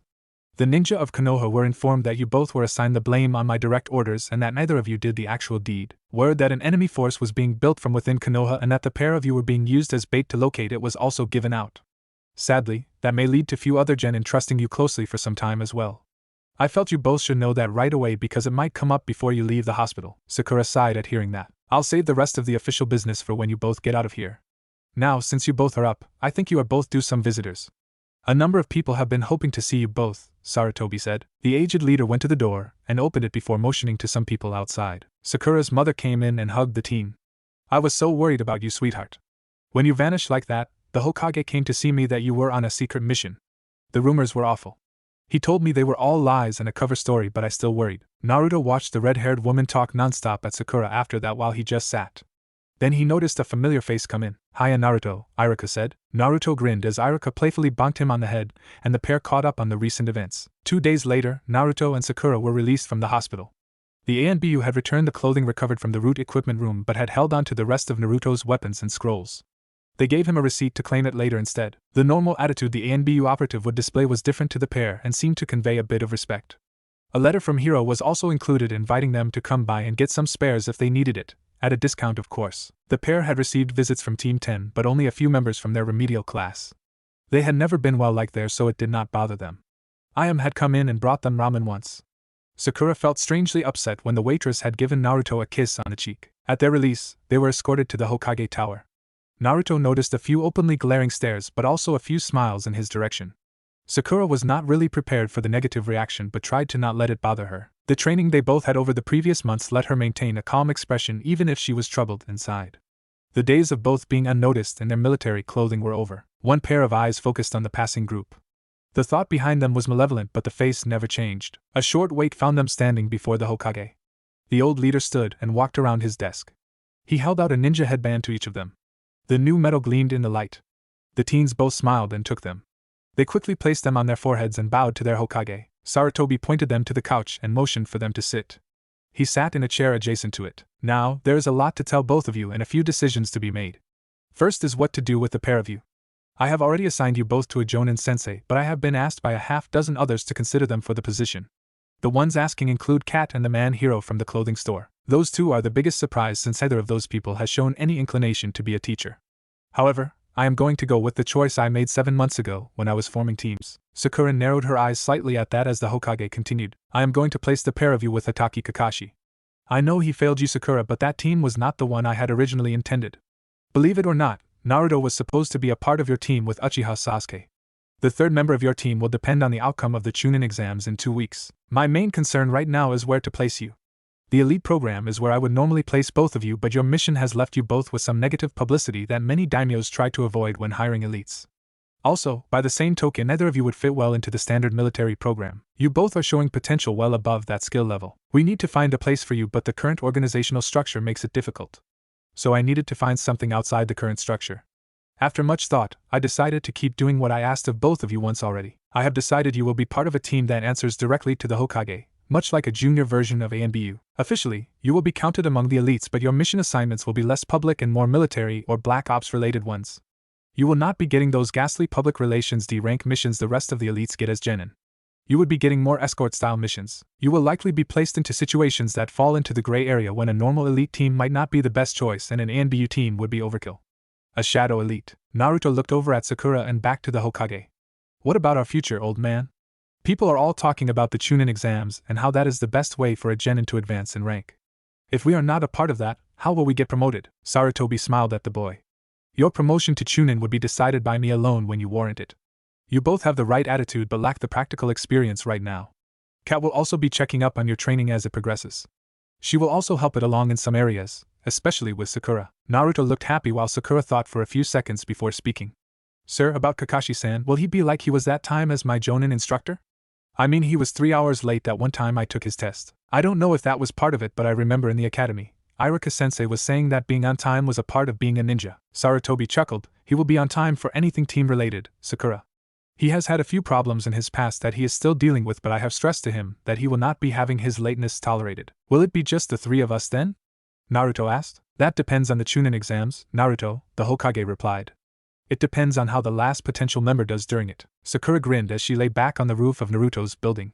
Naruto had the entire building to himself, and she meant to take full advantage of that.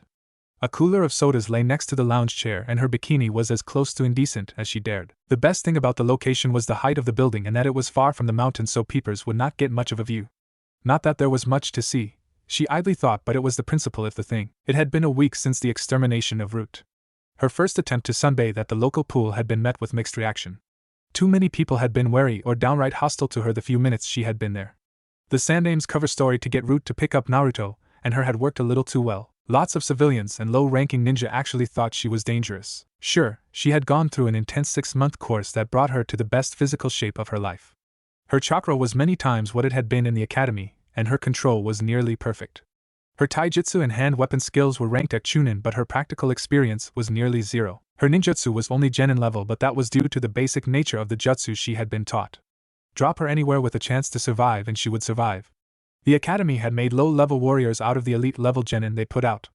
The remedial training had polished that, and made her into a soldier on top of it. Even the brief root training had taught her a lot about how much punishment she could handle physically, and still keep going. But right now was plain and simple Sakura time. Months of full-cover uniforms and being in classrooms 6 days a week had taken its toll on her tan. Her lower face and hands were about the only part of her body that wasn't pale right now. The Hokage had given her and Naruto a week off, and she intended to make the most of it. After the initial problem with the pool, she came over here to see what her teammate was doing with his time off. Going into the building through the open front door had been a shock. The only occupant had been Naruto. In fact, only a dozen or so people lived with 2 blocks of this building. That led to her dragging a lounge chair and a cooler over here to get the sun she wanted. Naruto had not complained too much, but his disagreement was obvious. She told him she wouldn't go into his apartment without his permission, but she was going to make use of his private roof. Naruto had tried to balk, but she hugged him from behind and whispered in his ear, "Please Naruto-kun," in a small voice. He just said okay in a choked voice and ran into his bedroom. She would have apologized for that, but he had been avoiding her for a couple of days now. Something tickled the edge of her perception, and she had rolled off the lounge and gotten into a ready stance in a single motion. A voice called out, "Not bad. I was only there for a few seconds before you noticed me." Sakura turned her head to see Kat sitting on the edge of the roof. Sakura relaxed some and sit back down on the lounge chair. The NBU spoke up, "Since Kakashi is busy with something else, the boss has asked if you and Naruto are willing to do a simple mission for a few hours. You get paid D-rank money to go spar with another genin team since it was a request on your day off and all." The pink-haired girl thought about it for a few seconds. "I'm up for it if Naruto is," she replied. "I was getting bored just laying around by myself." "He hasn't seen you dressed like that, has he?" "I mean, if he sees you dressed like that, he is going to pass out from blood loss. That bikini is smaller than the bra and panties you had on that evening in the classroom." Sakura giggled softly. In spite of all her training, she was still a young teenage girl deep in the middle of puberty. Then she glanced at the sun to guess at the time. "He should be over at the obstacle course about now. He still insists on beating the record time on that thing. His trouble isn't the time, it's the penalty seconds he gets doing it." Kat nodded. She had seen the boy missing the record almost daily on her observation assignment. His time would come in just under the record, only to see a few seconds tacked on for not completing every obstacle cleanly. He was not willing to give up those few seconds of speed needed to do it all correctly and come up with the same total score. One way or the other he would learn eventually or get good enough to not get the penalty. Kat also noted Sakura avoiding the question she asked about Naruto seeing her. Something had flashed in the girl's eyes that would need discussing later on. "I'll run home and grab my equipment." "Where are we supposed to meet?" "Head over to the Hokage's office. He should have enough gear since it will be just a sparring session," Kat replied, and then she vanished in a swirl of leaves. Sakura grabbed her clothes and cooler and headed for the stairs. Naruto was sweating as he eyed his nemesis. The genin-level obstacle course was mocking him once again. The Chunin in charge of it was waving Naruto off because a team needed to use the facility. Once again he had failed to break the record. 4 penalty seconds had raised his finish time over the record once more. He hung his head as he stomped over to the staging area to reclaim his gear. "Rough day at the office?" a voice called out. Naruto looked to see Kat waiting next to his equipment. He wondered what was wrong because the old man had given him and Sakura a week off after they took his offer. "The boss asked me to deliver a message since Kakashi is out of the village on a mission. Another team has requested you and Sakura for a sparring session. Since it was on a day off he gave you, it would get you D-rank pay. Sakura already accepted on the proviso that you are up for it." Naruto perked up at spar. He agreed with no further prodding. Sarutobi looked over the desk at his 2 newest operatives. Without their head coverings, the pair looked like a normal genin. Both had apparently gone shopping once more since neither wanted to be wearing the old uniforms from their remedial training classes. The single outfit each had gotten from Hero's shop had been recovered along with their personal gear from the root equipment room. Neither, however, seemed inclined to use it. Naruto had gone to wearing a charcoal gray version of his old orange jumpsuit. The only noticeable difference was the neckline was turtleneck instead of wide open. He wore weapons stashed in various accessible points, and stood relaxed but alert. Sakura switched to black capri-length stretch pants and a slightly loose shirt. An equipment belt was slung around her waist, and kunai pouch strapped to her leg. Fingerless gloves with padded knuckles covered her hands. Her high-top ninja sandals were actually men's sandals in her size. She seemed to like the more heavy-duty construction since a lot of her taijutsu fighting style included a lot of kicks. The ankle supports also had beaded metal plates on sides. Sarutobi could see Kat's hand in her outfit as it is more like one an ANBU female would pick. If the pink-haired girl had chest armor and a mask, she could pass as an operative to an inexperienced genin or civilian. It seems Kat is finding a protege in young Sakura. It might do the girl some good. The aged leader spoke up. Team Asuma has asked for a sparring match with your team. It seems my son wants his team to enter the Chunin exams, and he wanted to see how his team does facing a completely unknown team. He asked for you two because he has been curious about you since running into you both that day on the street. I also wanted to have some idea of how you would do in a fight. Naruto grinned. So it will be a 2-on-3 fight? Yes, Asuma has some idea of what you both can do, and judging by Kat's reports and the bruising you put on each other during your route mission, you both are capable of handling his team easily, Sarutobi said with a small smile. The pair walked over to the training areas along the streets. Many active and retired ninja nodded in greeting to the pair while civilians looked nervous. Both were amazed at how fast they had developed a reputation. Naruto was used to the glares, but the smiles and respect from other ninja was new. Sakura was saddened by the nervous looks but smiled at everyone who greeted her. Sakura did notice that Naruto had nearly caught up to her in height now. She was stuck at just under 5 feet tall for months now. Naruto seemed to have hit a small growth spurt due to the better diet the remedial classes had provided during lunch. At the training fields, they found Team 10 and Asuma waiting for them. Shikamaru was already sizing up the pair. They realized quickly he was the most dangerous one on the other team. They had learned of things to look for, and his eyes were too observant. Ino perked up seeing the pair approach. She had been after Asuma to set this up ever since that night at the restaurant. There was no way that forehead could have gotten that good since they graduated the academy. Sakura had been washed back while she had been kept in the elites and gone on a lot of official missions, even some C-rank ones. She watched the pair stroll across the field like they did not have a care in the world. Bah, lambs to the slaughter, she thought. Choji just munched his chips as he watched Naruto and Sakura approach. His father had talked to him after the whole route incident in town.